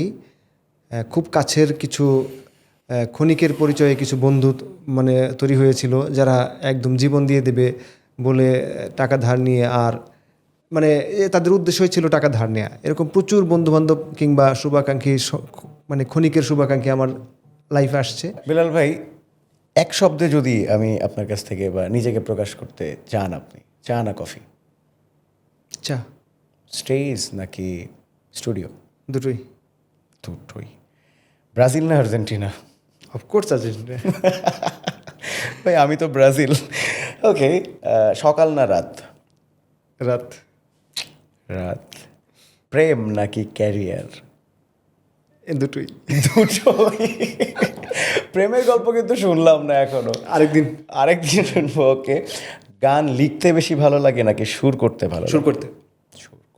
ওকে, প্রিয় শহর কোনটা? ঢাকার প্রতি ভীষণ মায়া। দেশের বাইরে চলে গেলে তখন টের পাই। আবার যখন গ্রামে যাই, আমার যে থানা শহর, সেটাও এতটা টানে আসতে ইচ্ছা করে না ঢাকায়। বাহ, কত সুন্দর ডিপ্লোম্যাটিক অ্যান্সার, খুব ভালো। শেষ কবে কেঁদেছেন? সকালে, দুপুরে, বিকেলে? আজকে দুপুরেই। আজকে দুপুরে? কেন জানতে চাইবো? হ্যাঁ, প্লিজ বলেন না। 4 বছর পর আমার ছোট ভাই লন্ডন থেকে আসছে। ওকে। এসে ও এতটাই আমাকে সারপ্রাইজ দিছে, মানে আমার পুরো ফ্যামিলিকে। আচ্ছা, আপনারা কেউ জানতেন না? কেউ জানতাম না। ওর একটা বেবি আছে, ওকে। ওখানেই হয়েছে। ওর ওয়াইফ সহ চলে আসছে, কিচ্ছু না বলে কলিং বেল দিছে। আমরা ভাবছি বুয়া আসছে দুপুরে। লিটারেলি মানে বাচ্চাটাকে দেখবো, অনেক দিন ফোনে দেখি, টুকটাক ভিডিও শেয়ার করে, কখনো কথা সামনাসামনি বলি না, এবং কেবল কথা শিখছে। আচ্ছা। একদম সামনাসামনি আমরা সব বাসার, আমি, আমার ওয়াইফ, আমার ছেলে মেয়ে সবাইকে দিচ্ছি। ইস, আজকেই ঘটনা। বাহ, খুব সুন্দর। আসলে এইটা আনন্দের কান্না। আমি চাই আপনার ভাই হিসেবে, আপনার ছোট ভাই বন্ধু হিসেবে, কলিগ হিসেবে, যেভাবেই বলেন, আমি চাই বেলাল খান এইভাবে থাকুক, এভাবে আনন্দে থাকুক। কষ্টগুলোকে কিভাবে আনন্দে রূপান্তরিত করতে হয় সেটা বেলাল খান জানে, এবং অনেক যুদ্ধ বেলাল খানের এই যুদ্ধগুলো আমরা জানি না কতটুকু শুনতে পারলাম, অনেক কিছুই শুনলাম এবং আমি নিজেও খুব অবাক হয়েছি। অনেক বিষয় আমি নিজেও জানতাম না। এত ক্লোজ হওয়া সত্ত্বেও এত কিছু জানি, কিন্তু অনেক বিষয়ই জানতাম না। সেটা আজকে এই আয়োজনের মাধ্যমে জানতে পারলাম। থ্যাংক ইউ বেলাল ভাই, আপনি আমাদের স্টুডিওতে এসেছেন, আমাদেরকে সময় দিয়েছেন, মন খুলে কিছু কথা বলেছেন। কৃতজ্ঞতা জানাই। আজকে শেষ করতে চাই। আমিও ভীষণভাবে আনন্দিত তোমার সাথে এসে, তোমার সাথে এই লম্বা সময় একদম আড্ডার মতো করে কথা বলতে একদম, পেরে, একদম। এবং অনেক কথা বললাম যেগুলো হয়তো বা অনেকের কাছে অপ্রাসঙ্গিক, কিন্তু আমার কাছে প্রাসঙ্গিক মনে হয়েছে। নতুন যে জেনারেশন মিউজিক করবে, তারা তো আসলে সবাই শর্টকাটের টার্মসগুলোই সার্চ দেয় গুগলে, কিংবা চ্যাট জিপিটিতেও কী কী শর্টকাট আছে। আসলেই মানে কোনো গান বাজনায় আসলে শর্টকাট তো নেই, বরং গানের মানুষ হওয়ার জন্য শর্টকাট কোনো রাস্তা নেই। যে শর্টকাট বলে কিছু নেই। এইটা বোঝানোর জন্যই এত পেঁচাল পারা। এখান থেকে যদি কেউ উপকৃত হয় ভালো। আর নিজের কষ্টের কথা মাঝে মাঝে মনে করলে আমার নিজেরও একটু হালকা লাগে, সেই যে আজকে অনেক কিছুই আমরা চাইলেই পেয়ে যাই, কিন্তু একটা সময় তো এরকম ছিল না। ছিল না। তো এগুলা মাঝে মাঝে মনে করলে খারাপ লাগে না, ভালোই লাগে। থ্যাংক ইউ বেলাল ভাই। আমরা নিশ্চয়ই আমাদের এই জার্নির মাধ্যমে আজকে বেলাল খানকে পেয়েছি, কালকে আরেকজনকে পাবো, অনেকের গল্পটা শুনতে চাই। এবং পার্সোনালি আমি আমার কথা যদি বলি, আমি অনুপ্রাণিত হচ্ছি আজকে আপনার এই গল্প থেকে। আমি অনেক কিছু শিখলাম, সামনে কোনো গেস্টের কাছ থেকে শিখতে চাই। এবং আমি বিশ্বাস করি যে আমার দর্শকরাও যদি একজনেরও কোনো পয়েন্ট ভালো লাগে, শিখতে পারে, তবেই হয়তো আমাদের এই প্রোগ্রামের সার্থকতা। সফল কতটুকু হবো আমরা জানি না। বেলাল ভাই, আমরা আজকের এই আড্ডাটা শেষ করতে চাই এবং শেষ করব কিন্তু আপনার একটা গান শুনতে শুনতে। কিন্তু তার আগে দর্শকদের থেকে আমি বিদায় নেই। দর্শক, আপনারা এতক্ষণ আমাদের এই আড্ডা শুনছিলেন দ্য কেজেড রাব্বি শোতে। এই শোটা আপনারা দেখতে পাবেন সব সময়ের জন্য লায়নিক পট প্লে অফিসিয়াল ইউটিউব চ্যানেল এবং ফেসবুক পেজে। সো দেরি না করে আমাদের ইউটিউব চ্যানেলটি সাবস্ক্রাইব করুন এবং পেজে একটা লাইক দিয়ে রাখুন। বেলাল ভাই, গানটা শুনি।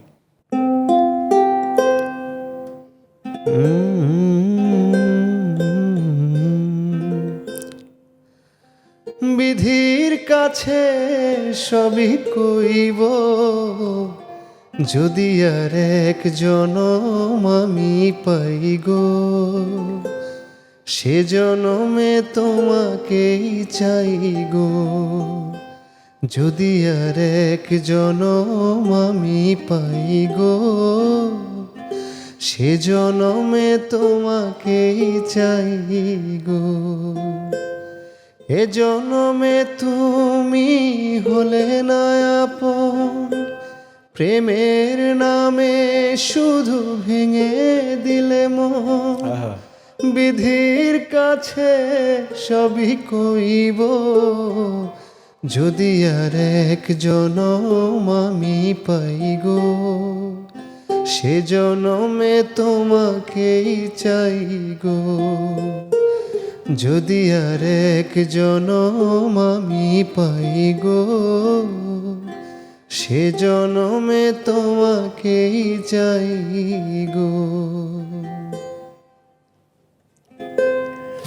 ওকে, পাগল তোর জন্যটা একটু গিয়ে দিয়ে রাখেন। মুখে বলি দূরে যা, মনে বলে থেকে যা, দূরে গেলেই মন বোঝে তুই কত আপন। পাগল তোর জন্যে রে পাগলে মন, পাগল পাগল তোর জন্যে রে পাগলে মন, পাগল। মুখ বলে দূরে গেলে তুই বেশি কিছু আর হবে কি, মেঘে ঢাকা দিন চলে গেলে দেবে চাঁদু কি। রাতে যখন ওঠে চাঁদ ছুতে চাই কেন তোরি হাত, রাতে যখন উঠে চাঁদ ছুতে চাই কেন তোরি হাত। সারাক্ষণই যাস ছুঁয়ে তুই আমার মন, পাগল তোর জন্যে রে পাগলে মন, পাগল পাগল তোর জন্যে রে পাগলে মন, পাগল।